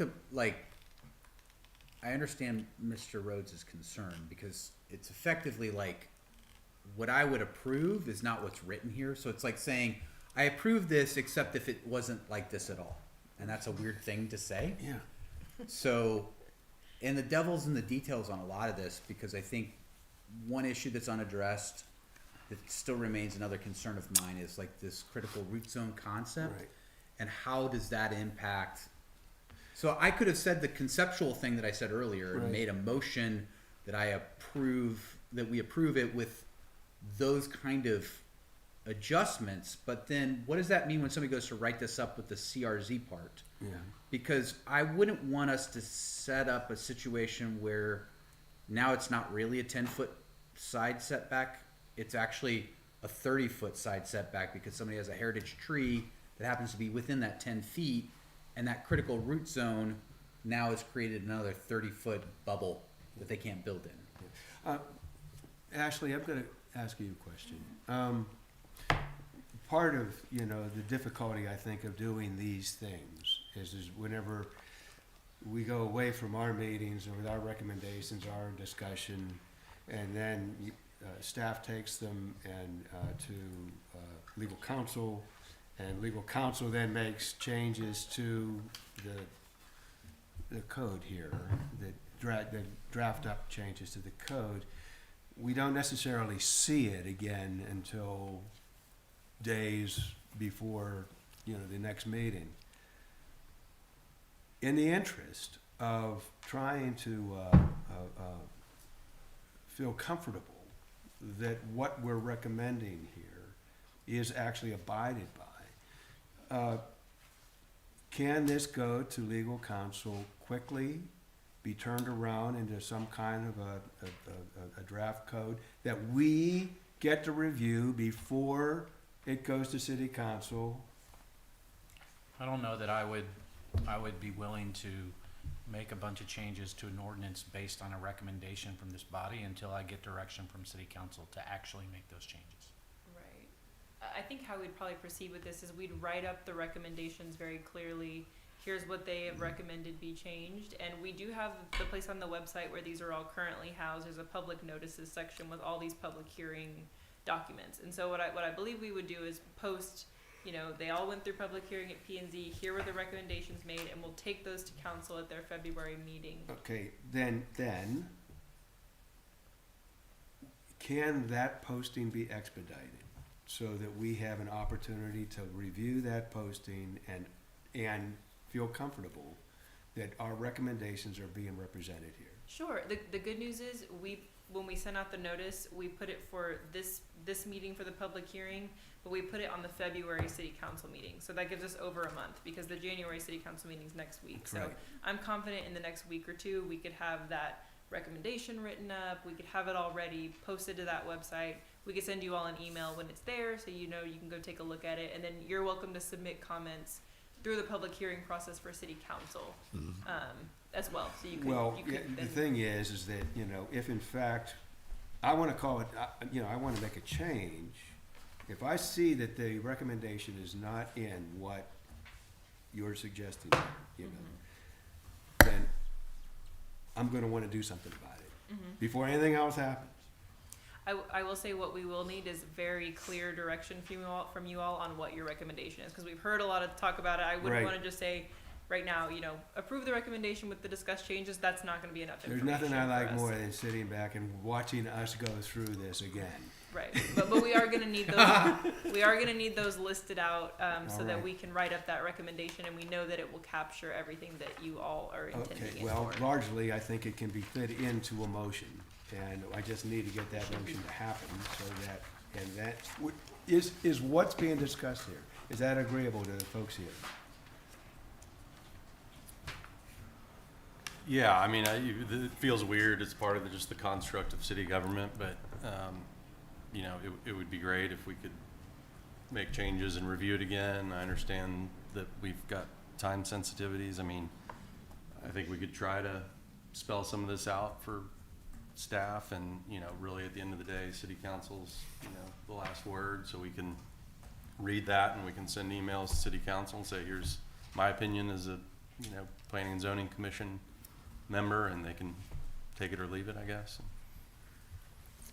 I mean, I don't know if there's any other way to do it. I don't know if there's any other way to do it. I wanna make sure that this body is listen, being yeah. heard. I wanna make sure that this Right. body They can play the is tape. being, is being heard, and that our recommendations go along with whatever So, the we wanna change the changes are being definition made Yeah. to this draft, okay? Yeah, I appreciate that. I mean, I think that it sounds to me within the, you know, limitations we have, probably the only way to do that is for us to try to spell it out right here in a motion and then Or take a we look at it. renotice and that costs some money, Yeah, basically. and time and money, yeah. Are we, you good with that? Okay, Yeah, So so, someone try to make this motion? I would love to I think hear they're the working on motion. it here. Ooh. Jeannie's the one taking the initiative. I can't take any I credit think for it. that, you know, She works hard. you amaze me with your elegance, and if you would, you know, just, that's, Oh, the flattery works. of course it does. Please, Mr. Nash. I think Jeannie was trying to articulate it. I don't really know. So is the problem that, like, this is a procedural question? Is the problem that, like, without us making some kind of vote, it can't go to city council? Is that the problem? That is correct. And we would like it to go to city council. We do want it to go to city council. And does it have to be approved in order to go to city council? Because I No. thought that my understanding was if we vote and disapprove something, it still goes to city council. It So, still does, yeah. I mean, you could tee it up as this existing document, we vote against it. We would then articulate the changes that we think would make the most sense for it to be something we would approve. If you do that, then city council would have to approve something by supermajority. So it kind of changes the complexion of everything. Yeah, it's just tough because it's What not you the really thing. want is you want P and Z to be endorsing the kinds of things that city council wants to do.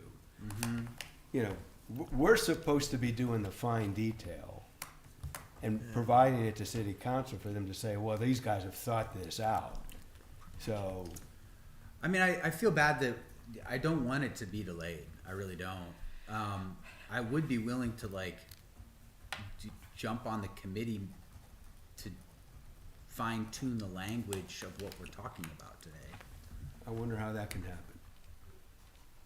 I just think that that probably pushes us off till next month, and then you've got to spend the money to notice another hearing. So that sucks. Well, I aren't we think gonna if be it's a noticing, technical, aren't we I gonna don't be want that. noticing If- more hearings with regard to if- height and stuff you know- otherwise also coming up? Like, are we, I mean, we didn't send one notice for everything we're trying to do with height and except we still got that big gorilla, right? So, I don't know, this just seems, unless people are just filing permits to remove trees all day long, it feels like it would be nice to see the language back here, but. Interesting question. I'm How just- many tree permit removal? What's our burn rate on this? To use a term. To recycle rate. Not funny right now. LA is under that issue. Okay. Tree removal permits coming in with new builds or anything, just construction related tree removals, I wanna say maybe 7 last year. Oh, a year. Oh, Yeah. total, the whole year? Right. 7? Okay. So people were removing trees illegally then? No, okay, That's so what it sounds here's the like. thing. If- So a permit could get applied for and it could take anywhere between 4 to 9 to 10 months. It just depends on how quick those responses are coming back and forth. Sometimes people apply and then it sits, and then right when right when the application's about to expire, they submit more comments, and then it just gets delayed. That doesn't happen all the time. A lot of the construction that you're seeing, that I know what you're talking about, that's probably a late 2023 permit or a very early 2024 permit. So it's been quite a while that these have already been in effect. So, Well, that house just sold 6 months ago. Okay, the house that I'm talking about. No, it was a lot longer than that. Not is it a much. corner lot? That Yeah. corner lot, yeah. Yeah, that's been It was over over a ago. year I and a feel half. like we're talking about something. I know the guy that bought it. It's been a long time. Alright, well, what are we gonna do? Do you wanna, Yeah, I think we really do need to, settle on something that satisfies us to move this forward. Not to table it, not to reject it, but to turn it into something that we are comfortable sending forward.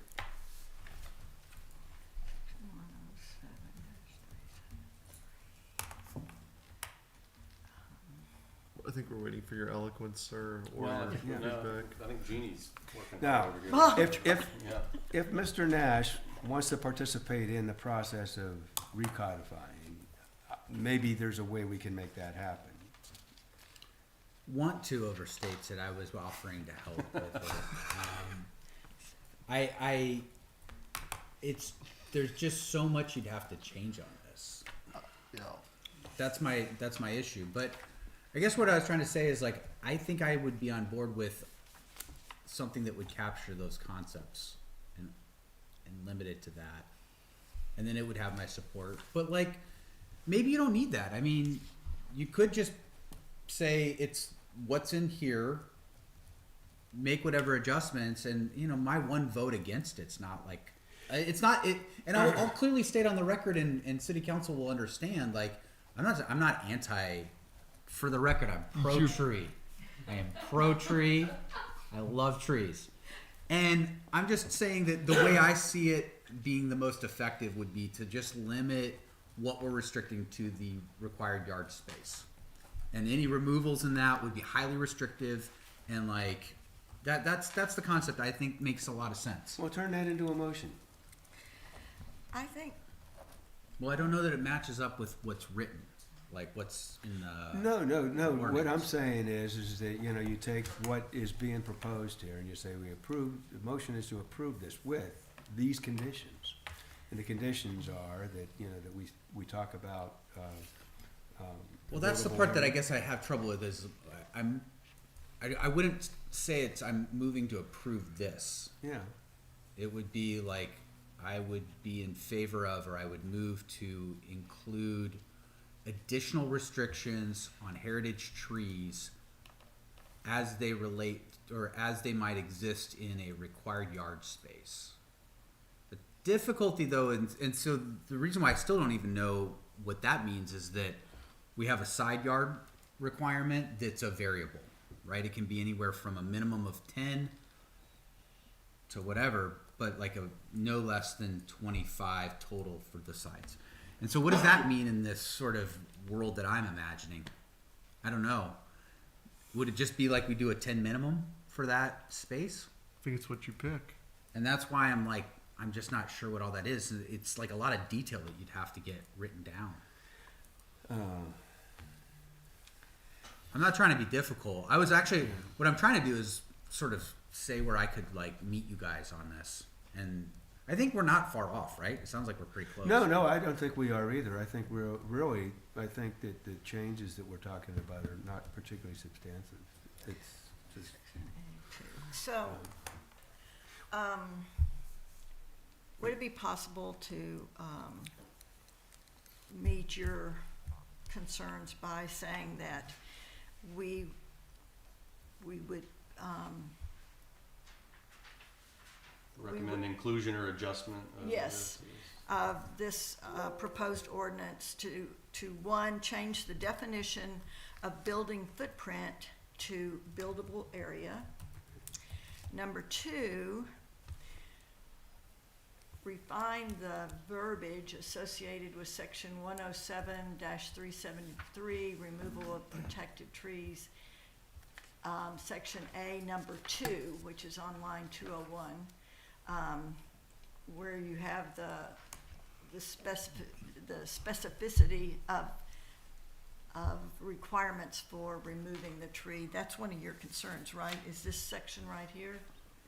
I think Yeah. that's Special exception. yeah. I Yeah. think it reads to apply to the entire lot as opposed to just required yards is the issue. Yeah, maybe Okay, 2 so- needs to say removal of a heritage tree within a required yard Yep. is prohibited. Okay, within a required yard. That would be maybe an adjustment. Does that sound right? I think that's Required right. yard is prohibited. And then, And then And it then- references in the ultimate sentence in that section, a heritage tree removal special exception provided for in this code will not be required for heritage trees removed from the permitted building footprint area. Yeah, could you not just fix it by changing permitted building footprint area to buildable Any area? area Buildable not. I think it ought to area. be. I think it ought to be any area not in a required yard. Yeah. That's the only. I mean, that's the best defined term you Yeah. have. any area not in a required yard. I don't like that That- because, you know, kind of- even though you don't own the property, you are responsible for the maintenance of the right-of-ways. And what, Or you could say and right of way. I mean, okay, can you? could say but that, what's but the? if you I mean, say, can you even what's the- apply to but if you remove say, it? but the buildable area is already defined by the yards. Because we have on the books, because we have yards defined, we can say that area which is, you know, we can say the buildable area is that area which is not defined by, does not include required yards. So what's the right of way point that you're making? Yeah, is it, Is there a right of way that's not within the required yard space? Yeah. Yes. Is that the first 10 That's feet of public your Yes. property? Yes, Well, if no, you it's look at, if you whatever it look at is. my property, I'm on a corner, okay? Okay, I have a 30-foot setback, required yard on both my side and my front. In addition to that, I have 10-foot of right-of-way. So from the curb to my house in those two dimensions is 40 feet. Yeah, okay, I get what you're Okay? talking about. But I understand. am responsible for that 10 feet of right-of-way.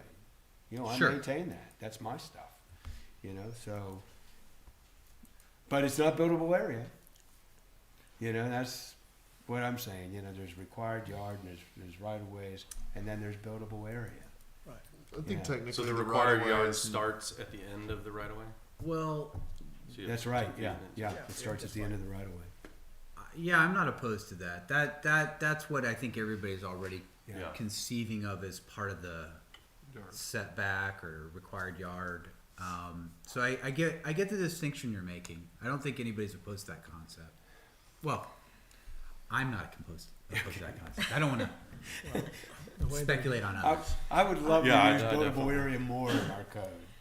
All right, so, Yeah, So- it would simplify this a little bit, right? Yeah, doesn't it? Well, yeah, so could it just be removed from the buildable area? Yeah. so, all right, so what line are you talking about? That Okay, is we're- line 211. Do we have a 211. 211? Yeah. do we have a So hard copy of two this? I'll trees- write it up. trees I'll rem- make some more red line edits to it. As we sit here now. You can do Okay. I'll find a pen. I've got my notes, they're all red, so if you want a different color, you're more than welcome to work on that. Well, I've got a printout, and there's basically two That's copies fine. in here, so. I can, Oh, okay. If you've got one, I don't want to. There's two copies, as we have the marked up one and the one that was not marked up. I don't know that we're going to get to agenda item 13 tonight. I don't, I'm losing steam, but I'm. If we have a hard copy, I could do what we're talking about right now. That You're more than welcome to use mine. well, I guess if we could take, well, the red line is, you're just gonna take some Well, you things to can, you can the. verbalize it too. I'm sorry? Couldn't you just verbalize it? Yeah, that's what I'd like to do, is just verbalize it, and then you follow it up with your redlining. Yeah. Why don't we do that? You got it. Could we Good. verbalize exactly Take- what? take- like, take it out. Like You this can line have my changes vote. this? Can I? Yeah. I don't. I mean, I try to be quiet because this is your meeting, but Yeah. it seems to me that y'all are trying to get into the weeds and rewrite this, and rewrite it, as opposed to making a recommendation with general statements of issues that you have with it, and which seems to me is a more efficient way. And then, if council is in agreement with those recommendations, the hard job of actually writing the ordinance to make sure, because it's impossible to rewrite an ordinance in this context and actually get it right. But I you like can. the challenge, Charlie. Okay. I am also losing steam. I had neck surgery about 4 weeks ago, so my neck is starting to give out on me this evening. But you are a recommending body, and a recommendation on the ordinance as currently before you, with general statements of concern, if you have some, as a body, right? It takes 4 people to agree to whatever it is you're going to do. So a recommendation or approval, recommendation of disapproval, recommendation of approval with these changes, recommendation of disapproval, unless you make these changes, however you want to handle it, however it comes out, with general statements of concern, is sufficient for purposes of recommendations. Well, could we say then, all right, I'll say, I move that we approve the proposed ordinance with the following concerns and/or recommended changes. 1, change the definition of buildable footprint to buildable area. 2, review and modify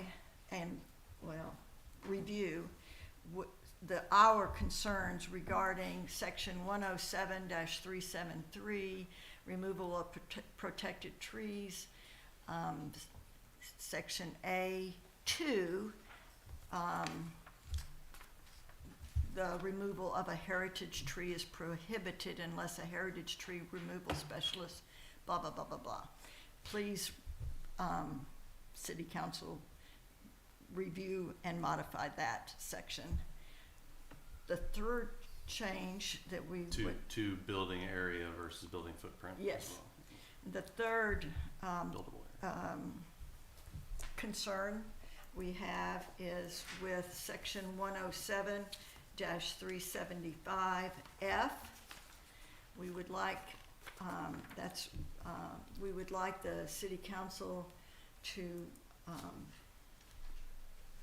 review this section of the existing ordinance, because we have concerns that homeowners should not be penalized for tree deaths beyond their control.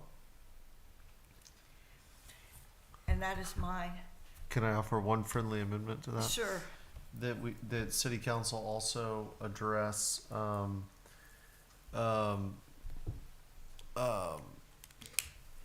what sort of impacts to both canopy or root zone equal a removal, and to codify reasonable language related to that.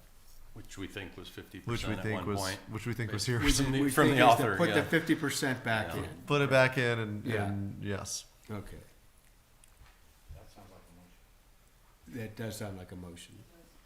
All right, we have a motion. Do we have a second? Second. All right, we have a motion, we have a second. Is there any further discussion? Hearing none. All in favor, say aye. Aye. All opposed? Nay. Okay, we have 5 ayes and 1 nay. The ayes carry. But will you, red light? Well done, Jimmy. Thank you. Take a chance at it. All right, thank you. Moving along here.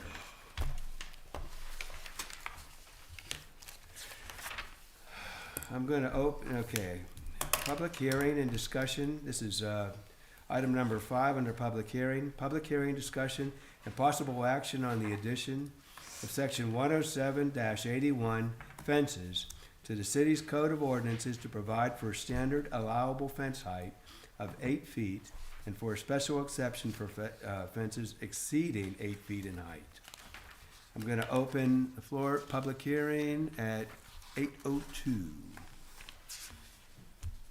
Do we have anyone who wants to speak on? Oh, please.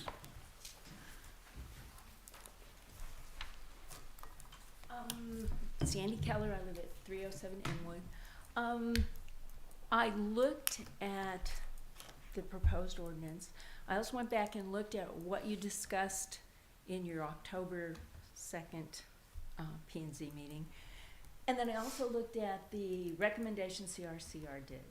And I was really curious about what the definition of a fence is, especially when Mr. Rhodes wanted to know whether or not you could stipulate a material that you made the fence out of. So I'm just curious, can there be some clarity on that? And then I may have some additional questions or comments. Okay. We actually have on our agenda this evening, an item that we wanted to cover last meeting but couldn't get to because of time. And that is about the discussion on construction materials for fences. It's actually item number 11 on the regular agenda. I got a feeling we're not gonna get to it tonight. With regard to what's trying to pass here, you know, I'm not sure that it's really material. You know, what we wanted, you know, we don't have a fence height ordinance yet, okay, of any, you know, other than what goes in your front I guess I need to yard. be more specific. Yeah, There has been past discussion about, is a wall tantamount to a fence? Is a fence a wall? And I guess what I'm trying to ascertain is, can you have a wall of some unstipulated height and then in addition have up to an 8-foot high fence? And this is not a pie in the sky idea. You can go around Rollingwood and see places where this exists. And if part of the issue that CRCRC was trying to address was, I think it was both property rights and then adverse incursion to a neighbor, or, you know, adversity to a neighbor. If you have a wall of 5, 6, behind me there could be one as high as 9 feet in place, and then someone still has the ability to put an additional 8 feet on top of that. That's a pretty precipitous change between where you sit and where the, I think I'm gonna Fence take this to is- Nikki. Well, can I just real quickly? Okay. Because the first question I Yeah. think was, what is a fence? I think was your Right. question. And so the zoning code does define fence. It means a fixed in place physical barrier, comma, including a wall, comma, that wholly or partially encloses, screens, separates, or establishes a border for a portion of real property. Is used to control access, to confine, or to mark a boundary. Unless otherwise specifically provided in here, the term fence does not include temporary barriers, including but not limited to silt fencing or other erosion controls or temporary construction barriers. And then there's a definition of wall. Wall means a masonry structure enclosing real property. Okay. So those are the two relevant definitions. But, So my understanding is you could not have a wall, which would be a fence in that scenario, and then build a fence for, I mean, it's 8 feet total. But there's no Wait, cap Thomas? on the height of a wall in No. the zoning code. no, there isn't. But if you have the wall height, you just said you don't believe you could then go and build the Right, additional. but a wall isn't, a fence is they're inclusive, so. yeah, Yeah, I thought they were the. A wall includes, the definition of fence includes a wall. would So you read You that could one, not that, have a wall would you read that greater one than 8 sentence feet, again? Yeah, a fence is a Yeah. barrier including a wall. including a wall. Gotcha. Yeah, And So- then, and Sandy, So a it's retaining limited. wall, Well, it's- is a wall. There's a maximum height for retaining walls in required yards already, but I think there's good protection because it says the standard allowable fence height is up to 8 feet from natural grade. So you would go back to natural grade, and so whether it's a wall or a fence, that is your limiting factor, is what was natural grade. Okay, but as I indicated, I can drive you around different places in Rollingwood where this situation already exists. But We're we saying that don't have once an we- ordinance. right, We but don't have once the we limits. do- exactly, once we do this, we will be minimizing or prohibiting that, is what That's- I'm trying to clarify. that is the answer, I believe that's yes. correct. Well, then, Yes. I want to say, I really appreciate the work that everyone here is doing. I just needed some clarity on that. That's Thank cool. you. Thank you for your comments and your questions, because your questions actually bring clarity to what it is we're trying to achieve here. Thank you. So, here we are. Any more folks in the public? Hearing no more, I close this public hearing at, I believe, 8:10. I had 2 quick questions. Yeah. One was, as I recall currently, and I didn't have a chance to go look it up, so I was hoping somebody just knows off the top of their head, but I thought we had currently 6 feet standard, you can do 8 feet, but to go to 8 feet, you have to get it engineered? No? No, I think it's gonna be past 8 feet, and that was a city council change. So this has come back to us with city council. Well, I'm asking changes. what's currently allowed. I know there's no total limitation on height, but if you go above a certain height, I'm pretty sure you have to have it engineered, which I thought was 6 feet. It has to be engineered for what it is. Period. Yeah, no, that's what I mean. I don't So- think we're changing any engineering requirements. This is just a height limit. Well, I just want to make. So this, if somebody builds 8 feet under this, they have to I would get have it to get it engineered. engineered. They Okay, have to comply with whatever our current. Building ordinance code says is, with yeah. respect to- Yeah, Okay. building standards. so that's just dealt with elsewhere, is Okay. the answer. And then Tony, didn't you have a concern last Well, time my about the second stepping? question was the stepping, and I feel like we got some resolution on that I thought- somehow. I thought you were pretty clear on that you would allow. Well, I think we said, because I think we were saying, Up to 9 6 feet. feet. Well, I think I was where, you know, if you have a 6-foot fence and you've got this fall, but I think the fact is you can go up to 8 feet. So then so you're you could have kind of a fine. 6-foot Okay. fence that has 8-foot portions. But does I the think that's special why I was okay. exemption limit the height? I don't think there's a special exemption. There It's is, just- there is a special exception. If you I wanna thought it was go just above BOA. 8, Yeah, so, but it doesn't say, excuse me, BOA, yeah. Yeah, I think it's a special exception. You I have to think get a it's real just a deal. variance, right? Yeah, so well, it says, So this says we have to provide a engineer above standard 8 allowable feet. fence height of 8 feet for a special exception for fences exceeding 8 feet. Now, Yeah. So Um, do you know, Nikki? Currently, do you have to get engineered above 6 feet, or is it above 8 feet? It's above 6. So we're moving.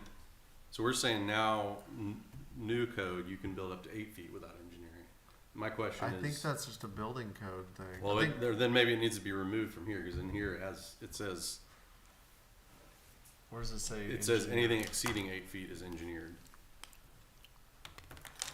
So if Where it's do a you see retaining wall or a wall, Line 27. okay. Now maybe that's only if you go to BOA. Well, That's right. That doesn't say anything about engineering. Am I reading the wrong thing? Or maybe I am. Line I 27. printed it. Line 27. Mine doesn't. It just says. Oh, I'm sorry. If I read the last word, I would see that. So Nikki, what were you? Yeah, Nikki, please. oh, I was just talking about like building in general, which is separate from this. So if you do have a wall or retaining wall, then you will have to get that permitted through the building permit process. Sometimes with just a fence posting, 6-foot fence, just like a cedar fence, doesn't have to go through review You still have to of get a like permit. serious building permit review. It's a permit. But to if do you were such. proposing a 6-foot wall, you would have to. Right. Okay. So So, it just and then does depends that- on the type of fence. Because I remember I replaced my fence with a 6-foot fence, and part of the reason was I didn't want to deal with getting it engineered to go above 6 feet. And so that's why I remember that now you have to get engineered above 6, and it looks to me like now you can go up to 8 feet without engineering. I'm just asking if that's okay, or I'm not an engineer, you know, do we need to be, is it not a big deal to build an 8-foot Yeah, wooden why- fence without engineering? I don't know. Why was it, I mean, this group, and it's not in the code of ordinances, never specified that anything above 6 feet needs to be engineered. So That's building code. that is building code. Is that the international code that we follow? Is I that what it is? believe it is. Okay. I'm not 100% Okay, versed in okay. it. So, in any case, we have to follow the building code, right? Correct. So, is it true then that maybe it is that so long as a fence exceeding 8 feet is engineered, that's really extraneous, it doesn't We matter? probably shouldn't have that in there. Shouldn't even is what have it in sounds there. like to me. Yeah. If we have Is the that your code point? addressing. Is that your That's point, my Joey? point, is it Yeah. seems like we have conflicting. Do you even need B at all? Like, isn't Yeah, it just I don't know. isn't it just a variance, or Well, is yeah. that privacy defined enough to? I always felt like what meets a special exception has to be really well defined. Is that good enough? Or does it just, you just strike it and you just don't get over 8 feet unless you go ask for a variance? I think what they're I think going for strike it. is there are sloped lots where Yeah. if you have an 8-foot fence, it's gonna provide no privacy at all, and those are probably the scenarios where you'd Okay. consider it, but it seems to me, if we left that in, you just strike the so long as a fence exceeding 8 feet is engineered, because we're saying that elsewhere it says you gotta engineer it if it's over 6 feet, so this Yeah. seems like it's Should there- erroneous. should there be a maximum height above 8 feet included? If they give a special I exception. mean, they gotta I get a think they- special I think they get to exception, decide on so that. you got a public body to limit them. I mean, I mean, there's no limit to how high they could go.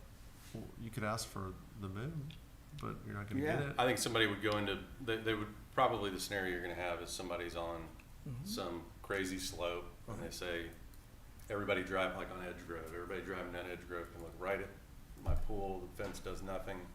I'd like to, and they'd say, I'd like to build this, and here's my reasons for privacy. And then BOA could say, yes, you can do that, or they could say, bring it down 5 feet, right? I would assume they can. But I don't know if they can limit their height, if they wanted it high, unless you say it. Well, they could not approve it. Yeah, that has to be approved by BOA. Can BOA approve something with conditions, with changes? A special exception. A special exception? It has to meet the requirements of the. So here our requirements are, Conditions so long as they're. They can put conditions so long as they're consistent with the requirements of the special exception, so yes. so in this scenario, the requirements are, it can be demonstrated that a fence taller than 8 feet from natural grade will address privacy, safety, and continuity. Okay. So if somebody goes in and says, here's my proposal, I want to build, Seems to me 14 properly feet. engineered would be consistent with safety requirements. Okay. well, that's not what we're talking about. We're talking about if they come in and say, I want to build a 14-foot fence because this is my situation, can BOA say, no, you can't do 14 feet, but we'll let you do 12? Sure, they could do that. Yeah, I think that. So I think you also, just let too, somebody I go think it propose. would be reasonable for BOA to say, why does it need to be 14 feet? And you could say, well, we did a study, Yeah. and, you know, putting up poles, and this is, you know, what we see at this point is this and this, and it just seems that seems like extensive, but yes, this is what we need. So you make your argument. Yeah. So, And they I could mean, either with- say no at all, or they Yeah. could say, no, we think that's too high, I get what you're saying, but you can do 12 feet. I may be speaking out of turn, and, but I'm reading this now. Would it be better if it said the zoning board of adjustment may be granted by the zoning board of adjustment if it can be demonstrated that a fence taller than 8 feet from natural grade is necessary to address privacy, safety, and continuity, instead of will address? Sure. That sounds Yeah, better we're to me. okay, I'm That is okay with better. that. Yeah, Yeah, It is better. Because I think that's the intent. that is. yeah, that is the intent, yeah. And is necessary is much more specific than will, Yeah. Okay. Agreed. because I could interpret will in a couple of Alright. different ways. Yeah, but with Yeah, the of course it conjunc- will address privacy if Yeah, it's yeah, of tall, course it right? will. All right, I think the issue with that though is with and being used is like a conjunction there, then you've gotta meet all three of those things. That is true. So And it so would would, have to be or. would Yeah. need to be or, right? Cause isn't the intent for it to be some one of those three things? That appears to be, so, you know, a motion to approve with those recommended changes, and city council can take that up Yeah. at the meeting. okay. I have one more question. Yes. Okay. Sorry, wasn't trying to rush you through. No, No, no, no, this is By the way, fine. Thank you for the input. and- Did you say fine or fun? Was not was. okay. Last question. On this, should abutting neighbors' approval of increased height and special exception be required? Where, No. where is, Some Chick-fil-A? No. No. it's a good question. It's a good question. It just gets into being neighborly. You don't know what that's going to affect. Well, the. And I or do the think a neighbor can show up and Well, oppose. That's right, or the opposite, being not neighborly. Well, a tall fence affects the airflow, sunlight, and drainage, because that rain's gonna hit, on half of that height, like if it's horizontal. So you're gonna get drainage right down the bottom of that fence, and it's gonna go running off somewhere. So you gotta, there's at least these other things to consider when you're putting up a big, tall fence. If it's going to the Board of Adjustment, does the neighbor get notified that this thing is being applied for that is out of the ordinary? Surely they have to, yeah. Yeah, I think the so. statute says that, relevant parties or affected parties, something like that, So Jerry, I think that's a good point. I would say that, I think that the neighbor's gonna get noticed and they can come in and say, I think this They is can go to the ridiculous. Board of And I Adjustment think, meeting I and think if make that their happens, argument. that's gonna weigh heavily on the That's right. BOA's I would say. decision. Okay, Yeah. Okay? all right. You want me to take a stab Okay. at it? I'll Okay, try. I let's haven't done anything Take a today. motion.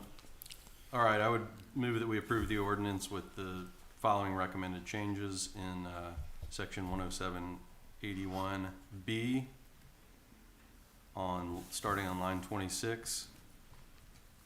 From natural grade required to address, was that what we said? Necessary. Necessary It's to necessary, address yeah. privacy, safety, and continuity, period. Or. Or continuity. God, it's terrible. Or continuity, yeah. Or continuity, period. Period. Okay, we have a motion, Second. okay? Any further discussion? Hearing none, all in favor say aye. Aye. All opposed? Okay, ayes carry. Moving along, public hearing item number 6. Public hearing, discussion, and possible action on the addition of sections 107-5 residential lighting manual and 107-81 exterior lighting requirements to the city code of ordinances. I'm gonna open this up for public hearing at 8:21. Do we have anybody who is signed up to speak on this?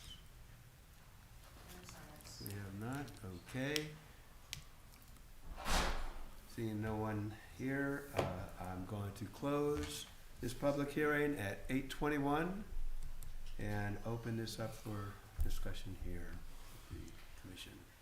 I'll say quickly that I'll kind of re-express the opinion I've kind of consistently said on this one. This, kind of jump into what Brian had said earlier.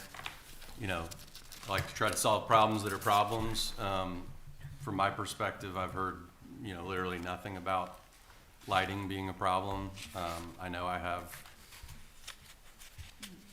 there were some changes made that I think are helpful in terms of setbacks. I think, hearing from Alex Robinette, who was on CRCRC at one of our meetings, said there was at some point some discussion with that commission about providing a recommended set of, lighting guidelines. My preference, I think it's all good work, and Jerry's obviously spent a lot of time on it.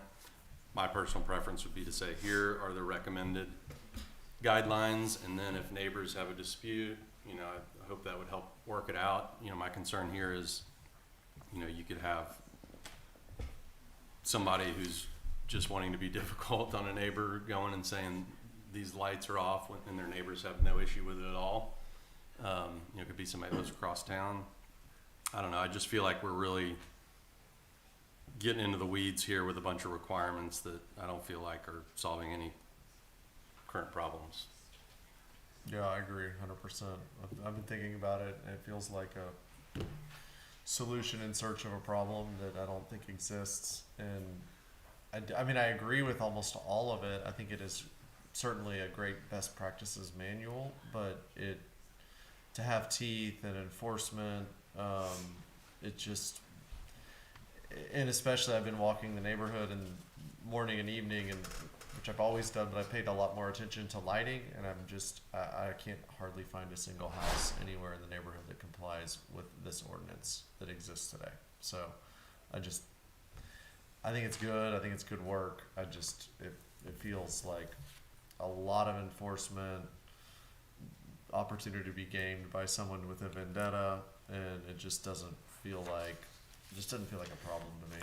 Okay, let's think about it this way, and I think we talked about this once before. I think that the real reason for the creation of this ordinance is that right now, if there is someone who is causing you distress, polluting your lot with light. They have lights on that are all night long or whatever, and they're shining down on you, and they keep you awake at night and all this other stuff. There is no recourse. You can't do anything about that. There's Put up nothing. blackout shades. No. There's nothing you can do to go to city government and say, hey, this is a nuisance to me. Has These anyone, Has it ever happened? I has think we've anyone asked before, ever has it ever came happened? to city government to ask about lighting problems? How often? I've seen it twice, And how long? 2.5 years. Twice. I mean, It's more than I would've technically, It's not zero. I would say that you have at least two avenues. First, you could go over to your neighbor and be like, "Hey, dude, that light of yours is like shining in my window. Is it possible for you to adjust it or turn it off?" When I moved into my house, like Lee DeVinny sent me this text once, and it's like, "Hey, these lights like are really bright and blah blah blah." I was like, "Oh shit, I didn't even know that." Turned them off. Second, if you do that and they're like, "Nah, screw you," you can sue them for a nuisance. It's a tort. to have like a nuisance of smell, light intrusion, all these things. So you do have a recourse. You do have recourse. What happened in the two cases that you?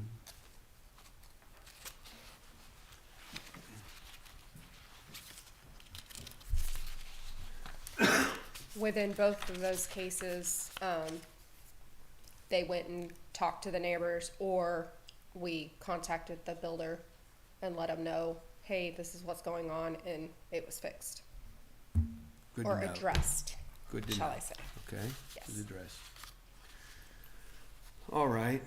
I think if I understood you correctly, Tony, whenever you started talking about this, you thought that it might be useful to, rather than make this an ordinance, to make it some sort of a best practice or a set of recommendations or just good. Yeah, I was neighborhood. thinking you leave it identical, but make it a published set of best practices or recommendations, whatever the appropriate nomenclature is. And I think that does help a dispute where, yeah, it's not enforcement teeth, but you can go say, look, it's in the, recommended practices. Would you please, help me out here? I mean, it's the city's got something in their, in their documentation about it. And, to me, that probably feels like enough to solve any real issue. I mean, I think 95% of them are gonna get solved like that when somebody, almost nobody wants to bug their neighbor. Would that help for a tort claim of some sort? If the city had a recommended. Make the nuisance definable. I cannot offer legal advice in this context. You could He's say saying he what wants you, you to pay him. what's your Continue gut offering your feeling? services. What's your gut None feeling of you there, are my Mr. Nash? clients, and What's just your to make gut sure my feeling? malpractice insurance is clear on this. I don't know. I really don't know. Okay. It can't hurt. Yeah, I would think so. I don't know what the. I guess I'm aligned with the idea that I don't think we need this. I think it sounds like in the instances where it's come up, and somebody's like, "I'm really mad about this lights," and somebody's like, "Okay, well, let's talk to the people," and then they were like, "Oh, we'll change that," which is I think what's going to happen on almost every one of these, unless you've got some battle with your neighbor, and then having like stuff like this in place. Like I think you said weaponized. Somebody said weaponized, and I don't want like there to be some statute that gets weaponized. Well, and I think it sounds like when they came to the city in those scenarios, they probably didn't know whether we had any lighting requirements or not, so they're probably coming to ask for that. And some people mention that they're maybe uncomfortable going to their neighbor that say that. I mean, they probably will call the city, and if this is the best practices, the city can call, and which it sounds like they've done, and say, hey, we got this complaint, and in this case, you could even say, we have some best practices about this. The person that called was asking if you could comply with that. And of course, so then somebody, if they really want to, they have to say like, no, I don't care. Screw you. They have to really be, malevolent to try to not address the problem. I think it'd be great to have it as best practices, to have some outline there. I don't know. I don't love the idea of it being all required with fines and enforcement and whatnot. Plus, I feel like our city staff's got a lot on their hands that's a little more important and pressing. So if we can, how could we advance it as a I think guideline? that that's something we can do. We can make the recommendation and convert it to a guideline recommendation. Do we make a Or- recommendation to approve this ordinance but as a guideline, or disapprove and convert it to guidelines? Or does it matter? Is that a distinction without a difference? Say that again. I mean, it's currently written as an ordinance. If we want it to be a set of best practices, do we say we approve this ordinance? You're making a recommendation of approval of the ordinance. If you Okay. do not think this should be in the form of an ordinance, then you need to make a recommendation of disapproval. I moved to disapprove of the ordinance. Let me ask you this, With- before we go any What further. stops city council from just Okay. printing out a flyer that this is our recommended best practices? All right, okay, well, you've already made a motion, right? You made a motion, do we have a second? There's not gonna be a second. Second. There's You a second. seconded, okay. Can I Well, propose a further friendly dis- amendment? Now we get into discussion, okay. Okay. I would add to that we encourage city council to adopt this as written as a set of best practices to publish within where appropriate. I would Okay. accept that friendly amendment. Okay, I'm gonna ask, let's ask legal counsel now. Does that carry weight? Is that okay if we go and do that? Okay? You're a recommending body, whatever. This Okay, clown okay, show. all right, fine. Just wanna make sure that what we're doing is, However you wanna handle it. all right, that's cool. Well, All can right, so is that amendment, is that, Yeah, I said I accept the you friendly accept it? amendment. Okay, all right. Any Discussion? additional discussion?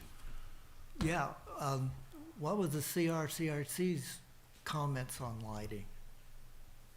All I know is Alex said in here, she thought it was better as a set of guidelines as opposed to I'm, ordinance. I'm trying, That's all I know. I've got hundreds of files here, and I'm trying to find She said, the response to,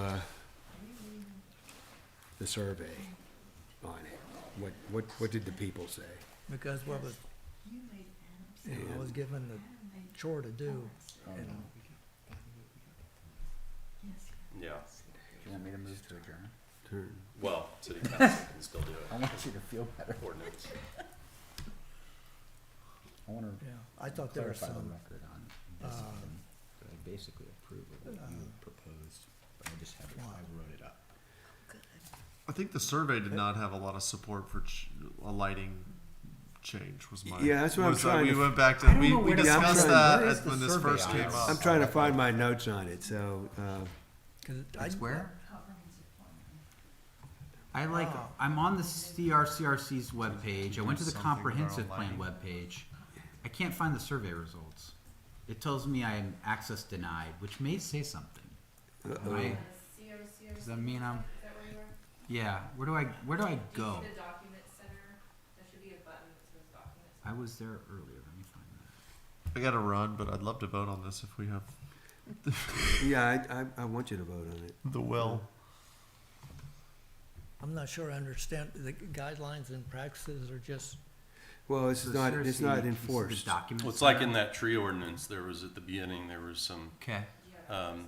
recommendation that you don't plant more than Yes. 50% Survey turf coverage, and we graph recommend and that chart you comparison. do something that goes dormant in the summer, but those parts weren't required.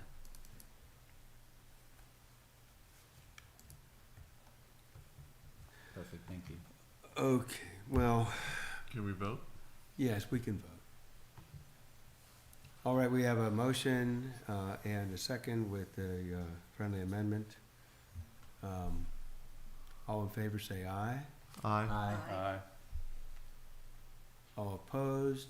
well, I'm gonna say no. Nay. 'Cause Okay, it's, but we have it, okay, so, the ayes carry 4-2, and, so it should be. I love everything as written as a Yeah. guideline. I think it's a agree. great I think- guideline. I think, No, I- and city council I- may disagree with us. And they may no, I do understand as where well. you're coming from, I just, I didn't make it up on my own, I thought I had marching orders. No, you did great And- work on And, it. we had discussed it before, and they come before y'all, and you didn't raise these objections. I did, yeah, Well, we did, yeah. you were talking about lights shining up in the canopy. So you were on board with some aspects. Some aspects, yeah, and I don't, it's not like if it's not like I But- vehemently but disagree but- with. But like, you know. like y'all said, this is not a big issue or tends to be a big Japan? problem anywhere, just for complaints. Yeah, and I think then it gets into, you gotta, how you determine when you're grandfathered, when you're not. It just seems like a lot of work and, Yeah. stuff for We, them to deal with. We may be the only city without a lighting ordinance. And not that, following other people is the way to go. Very good. I think if we were seeing people go crazy with lights, I would say we needed that. I just haven't really seen Until they abuse it. And then I think, if we have this whole Okay. set of recommendations, we start to see abuse and it's a problem, then boom, ordinance, All right, You well, got it written already. Well, we do need to move on. So, gonna move Mr. to- Chair, just before we move out of the public hearing portion, so on agenda item 4, Mhm. we already closed it out and voted on it, but I just wanted to clarify. So I did end up writing up what I was trying to articulate. I Yeah. think it's close to what Jeannie did. The only reason I voted nay was because I was like working on this and didn't fully, but it's here and that's, I think, probably aligned. So for whatever it's worth, to the extent there's a record out there somewhere in the sky, I like a lot of what we talked about, and I captured it on a piece of paper, and that's what I'd approve. But I think that's clear from anybody that watches the tape. So Okay, so you have that red line now? I do. Can The I- only thing in here that was a little bit different than what we talked about, but I don't know Okay. if we need to reopen an agenda item, is that there's a part in D where we added this: no tree removal permit shall be issued unless an approved building permit is in place. I was concerned about that because what if you want to take out a tree, but you're not building a house? So that was the only thing, and so I put a little note next to that. That was it. Okay, I was just letting you know. Good observation, yeah. Yeah. Okay. If I could see that, I can pass that to staff and ask that that be included in the recode. Is that fair? You're gonna have to trust me that this is, that I'm gonna okay this, okay?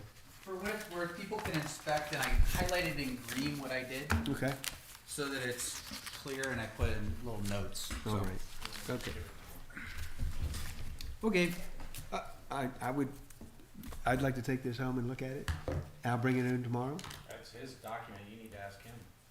That's fine. Yeah, yeah. Yeah. Well, technically it's Tony's. No, I mean, they're your changes. Why, in the interest of time here, because we have other stuff to do, I don't wanna go in through and examine all this. I might even wanna have some discussion with you offline.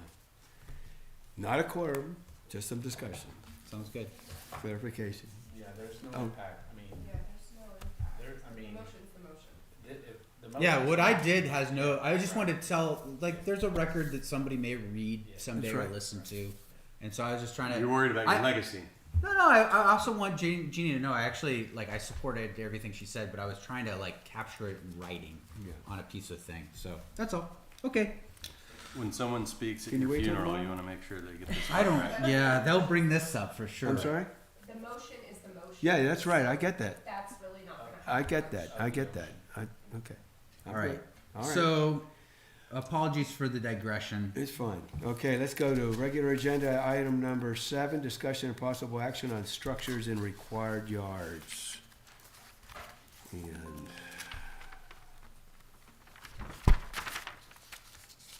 update discussion, action on report from accessory building structures subcommittee.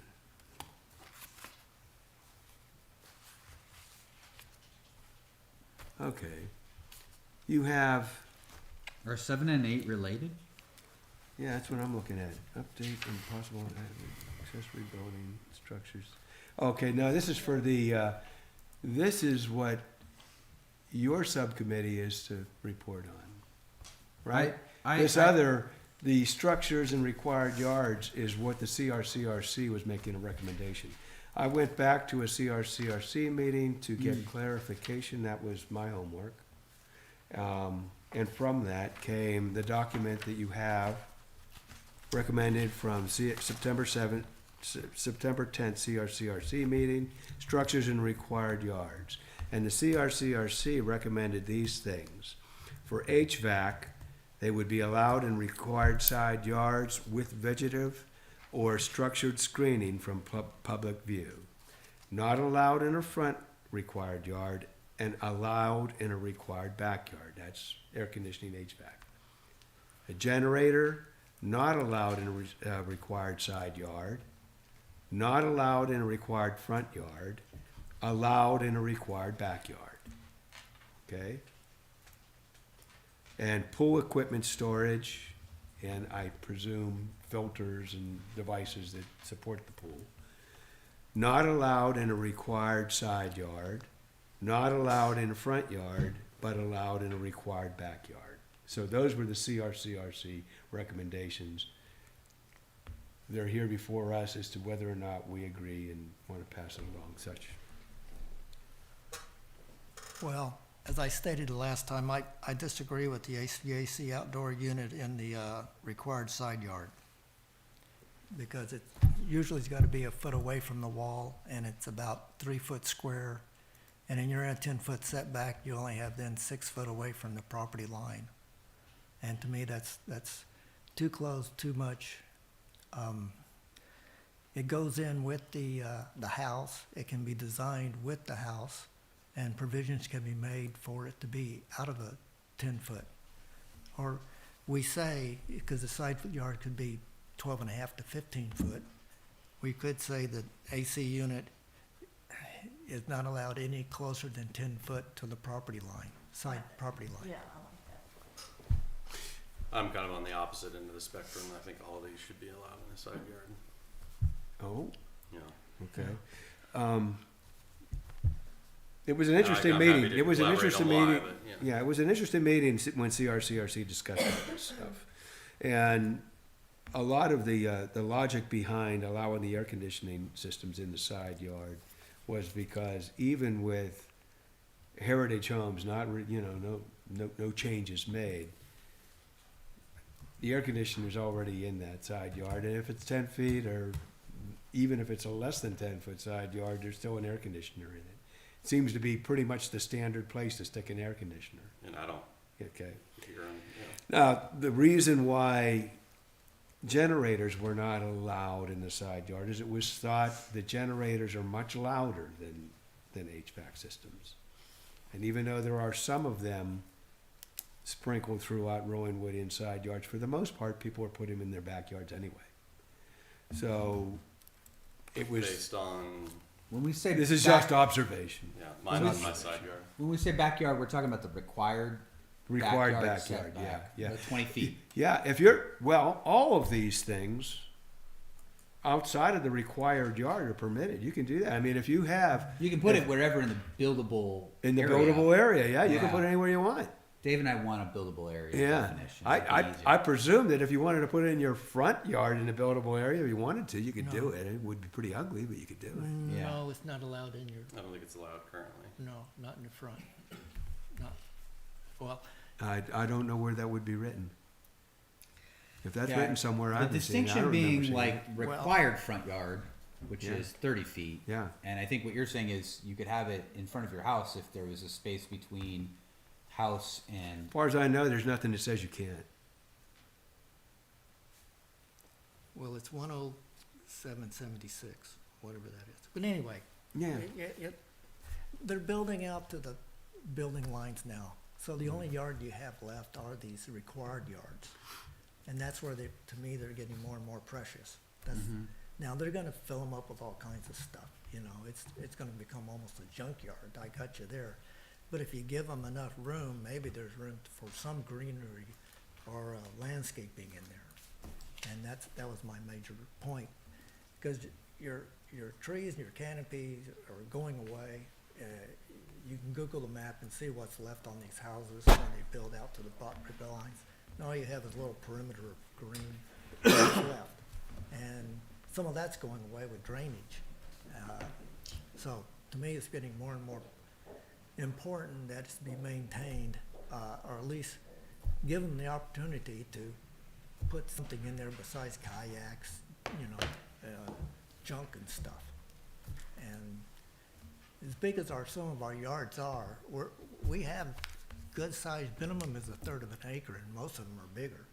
There's room for a house that can be a good size without going all the way out to the building lot line. No building lines. I agree with you, Jerry, and I think if we were just to say that you cannot build on the side, well, you need to allow 10 feet at minimum, and then it's okay. Then it's okay. Yeah, if there's a 15-foot, there's room there Right. for that lot. Yeah, I mean, And it could be 10 feet on one side. And the guy across the street from me, he's out 10,000 square foot on an acre. And he's got 2 units on his flat roof. So he's, do you like that or don't like that?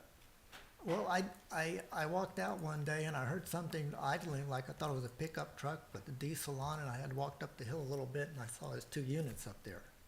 And most of the time I don't hear 'em, especially if they're out there jackhammering up the road now. But There's a lot of that. they'll I put do 'em- think, yeah, if they're up there exposed on a roof, you're more likely to hear them than if they're, I mean, Well, it's the distance.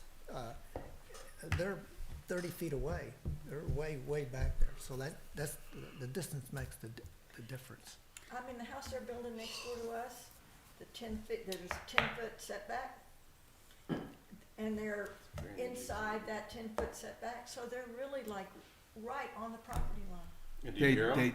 Well, they haven't finished the house yet, but they're going to. I'm going to. Is that where their air conditioners are gonna be? Yeah, They're gonna both put their 'em on air your side? conditioners and their pool, both right there together. I have air conditioner, pool, and generator all inside setback. Well, that's fine as long as you have enough distance. I don't, no, not anywhere near 10 feet, yeah.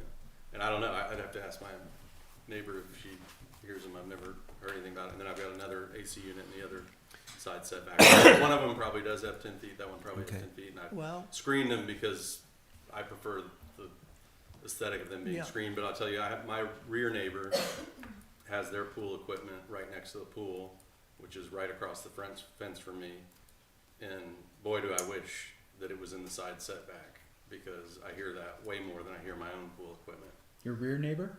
Yeah, my rear neighbor, the pool equipment is right over the fence. That's what I was wondering. It's interesting. And if he had a generator and he put it in his backyard, it's gonna be heard by 4 neighbors now, as opposed to where mine is.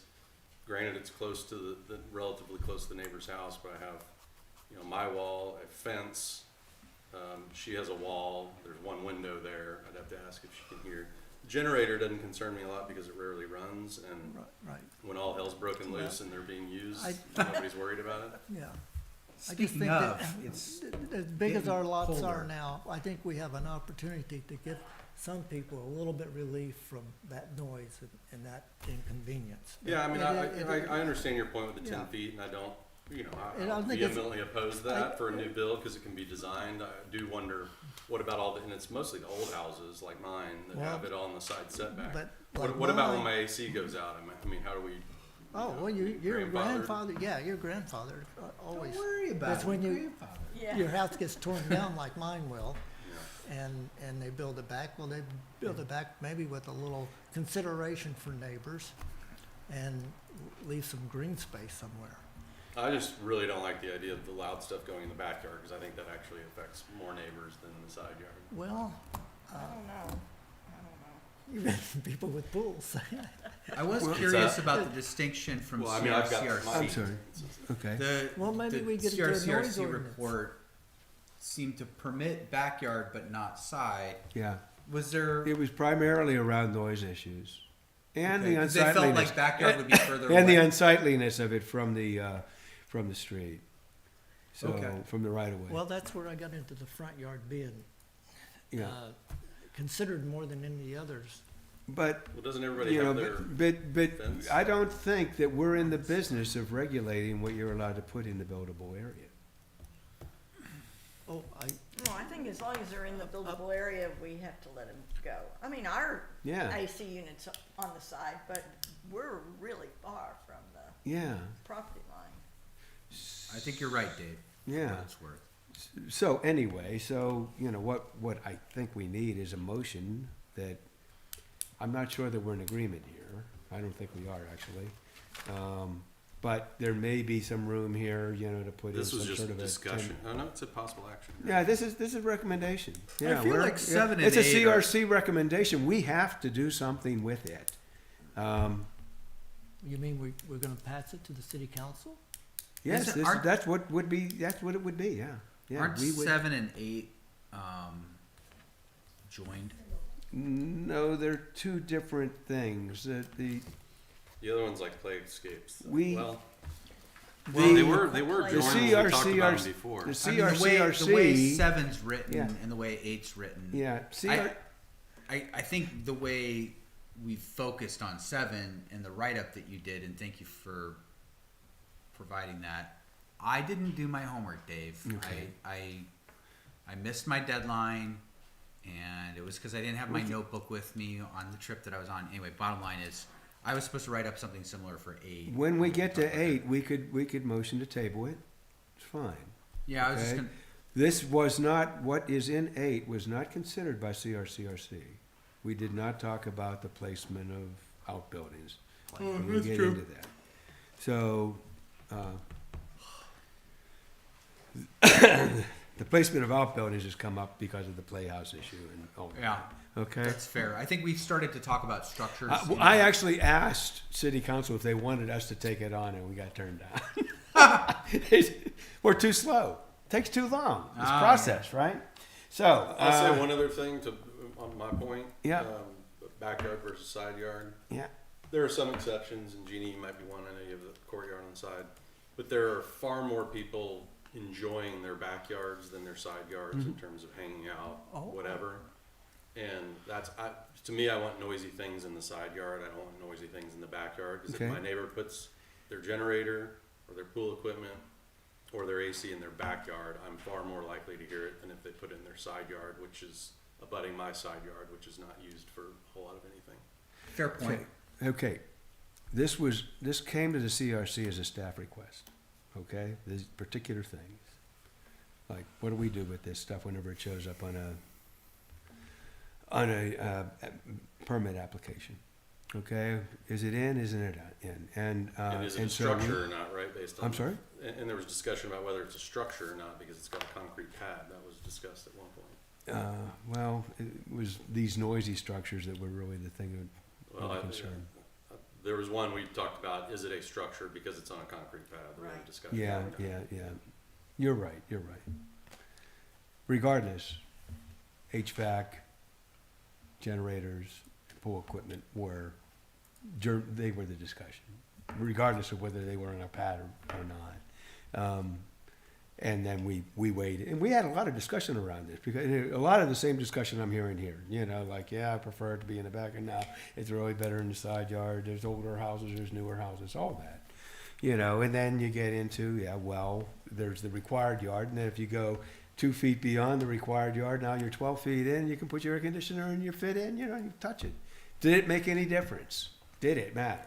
12 feet versus 10? I don't know, maybe not.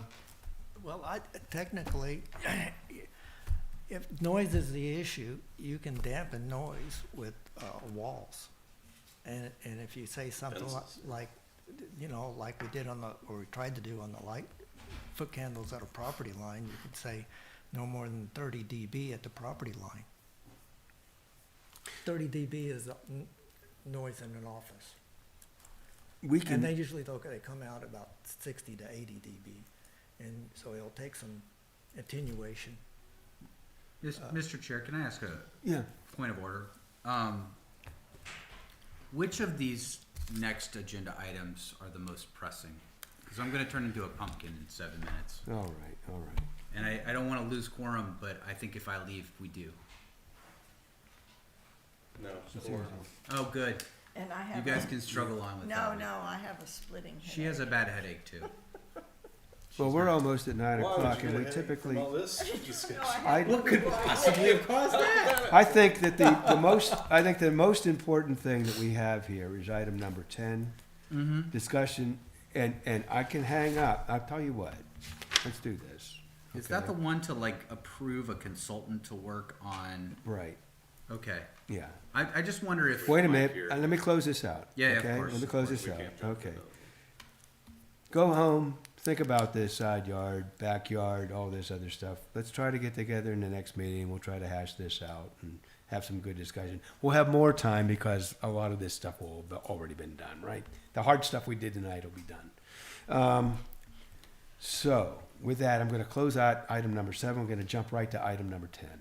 Okay. And this has to do with, Steps to tinting exercise. yeah, what kind of things do we want to tell our consultant so that they can deliver back to us a graphical representation of the differences between a segmented height ordinance versus a one based on parallel surface, parallel plane.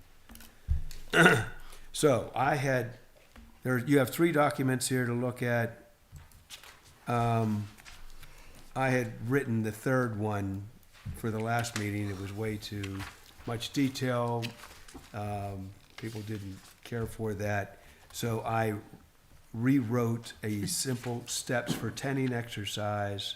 I'd hoped to get together with Mr. Rhodes on it sooner, but it didn't come until later. He looked at my text and made some adjustments to it. And That's the I red am, line. and so I'm gonna call your attention to Mike Rhodes' steps to tenning exercises, which looks almost exactly like mine with a couple of changes, and I'm perfectly fine with it. Is that the red line version? The one with the red changes is the Mike Rose version? This is not, That's what I think it is, yeah. yes, that's right, that's the red line version. Thank you to you and Mike for Yes. putting that document together. That, I appreciate it very much. Okay, Okay, and then the next thing is the segmenting parallel surface tinting evaluation draft.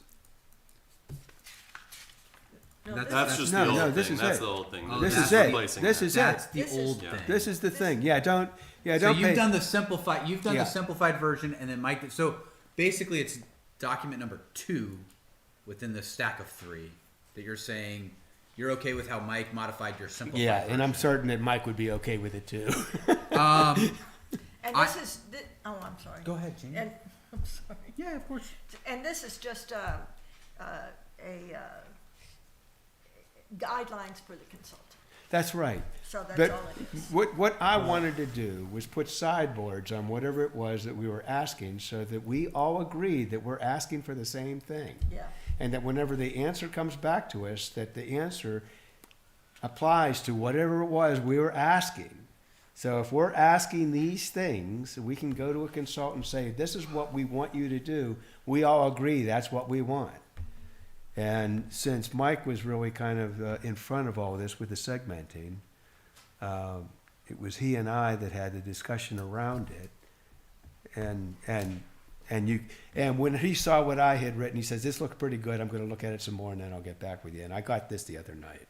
So, Well, since it sounds like the 2 minds that have put the most thought into this have prepared a relatively simple document Yeah. that all makes sense to me, I would move to approve using document number 2 in our agenda item stack of 3 items for item 10, which is the red line version of steps to tenting exercise, as the guidelines that would be given to the consultant that we're looking okay, to hire. very good. That's my motion. I Okay. second.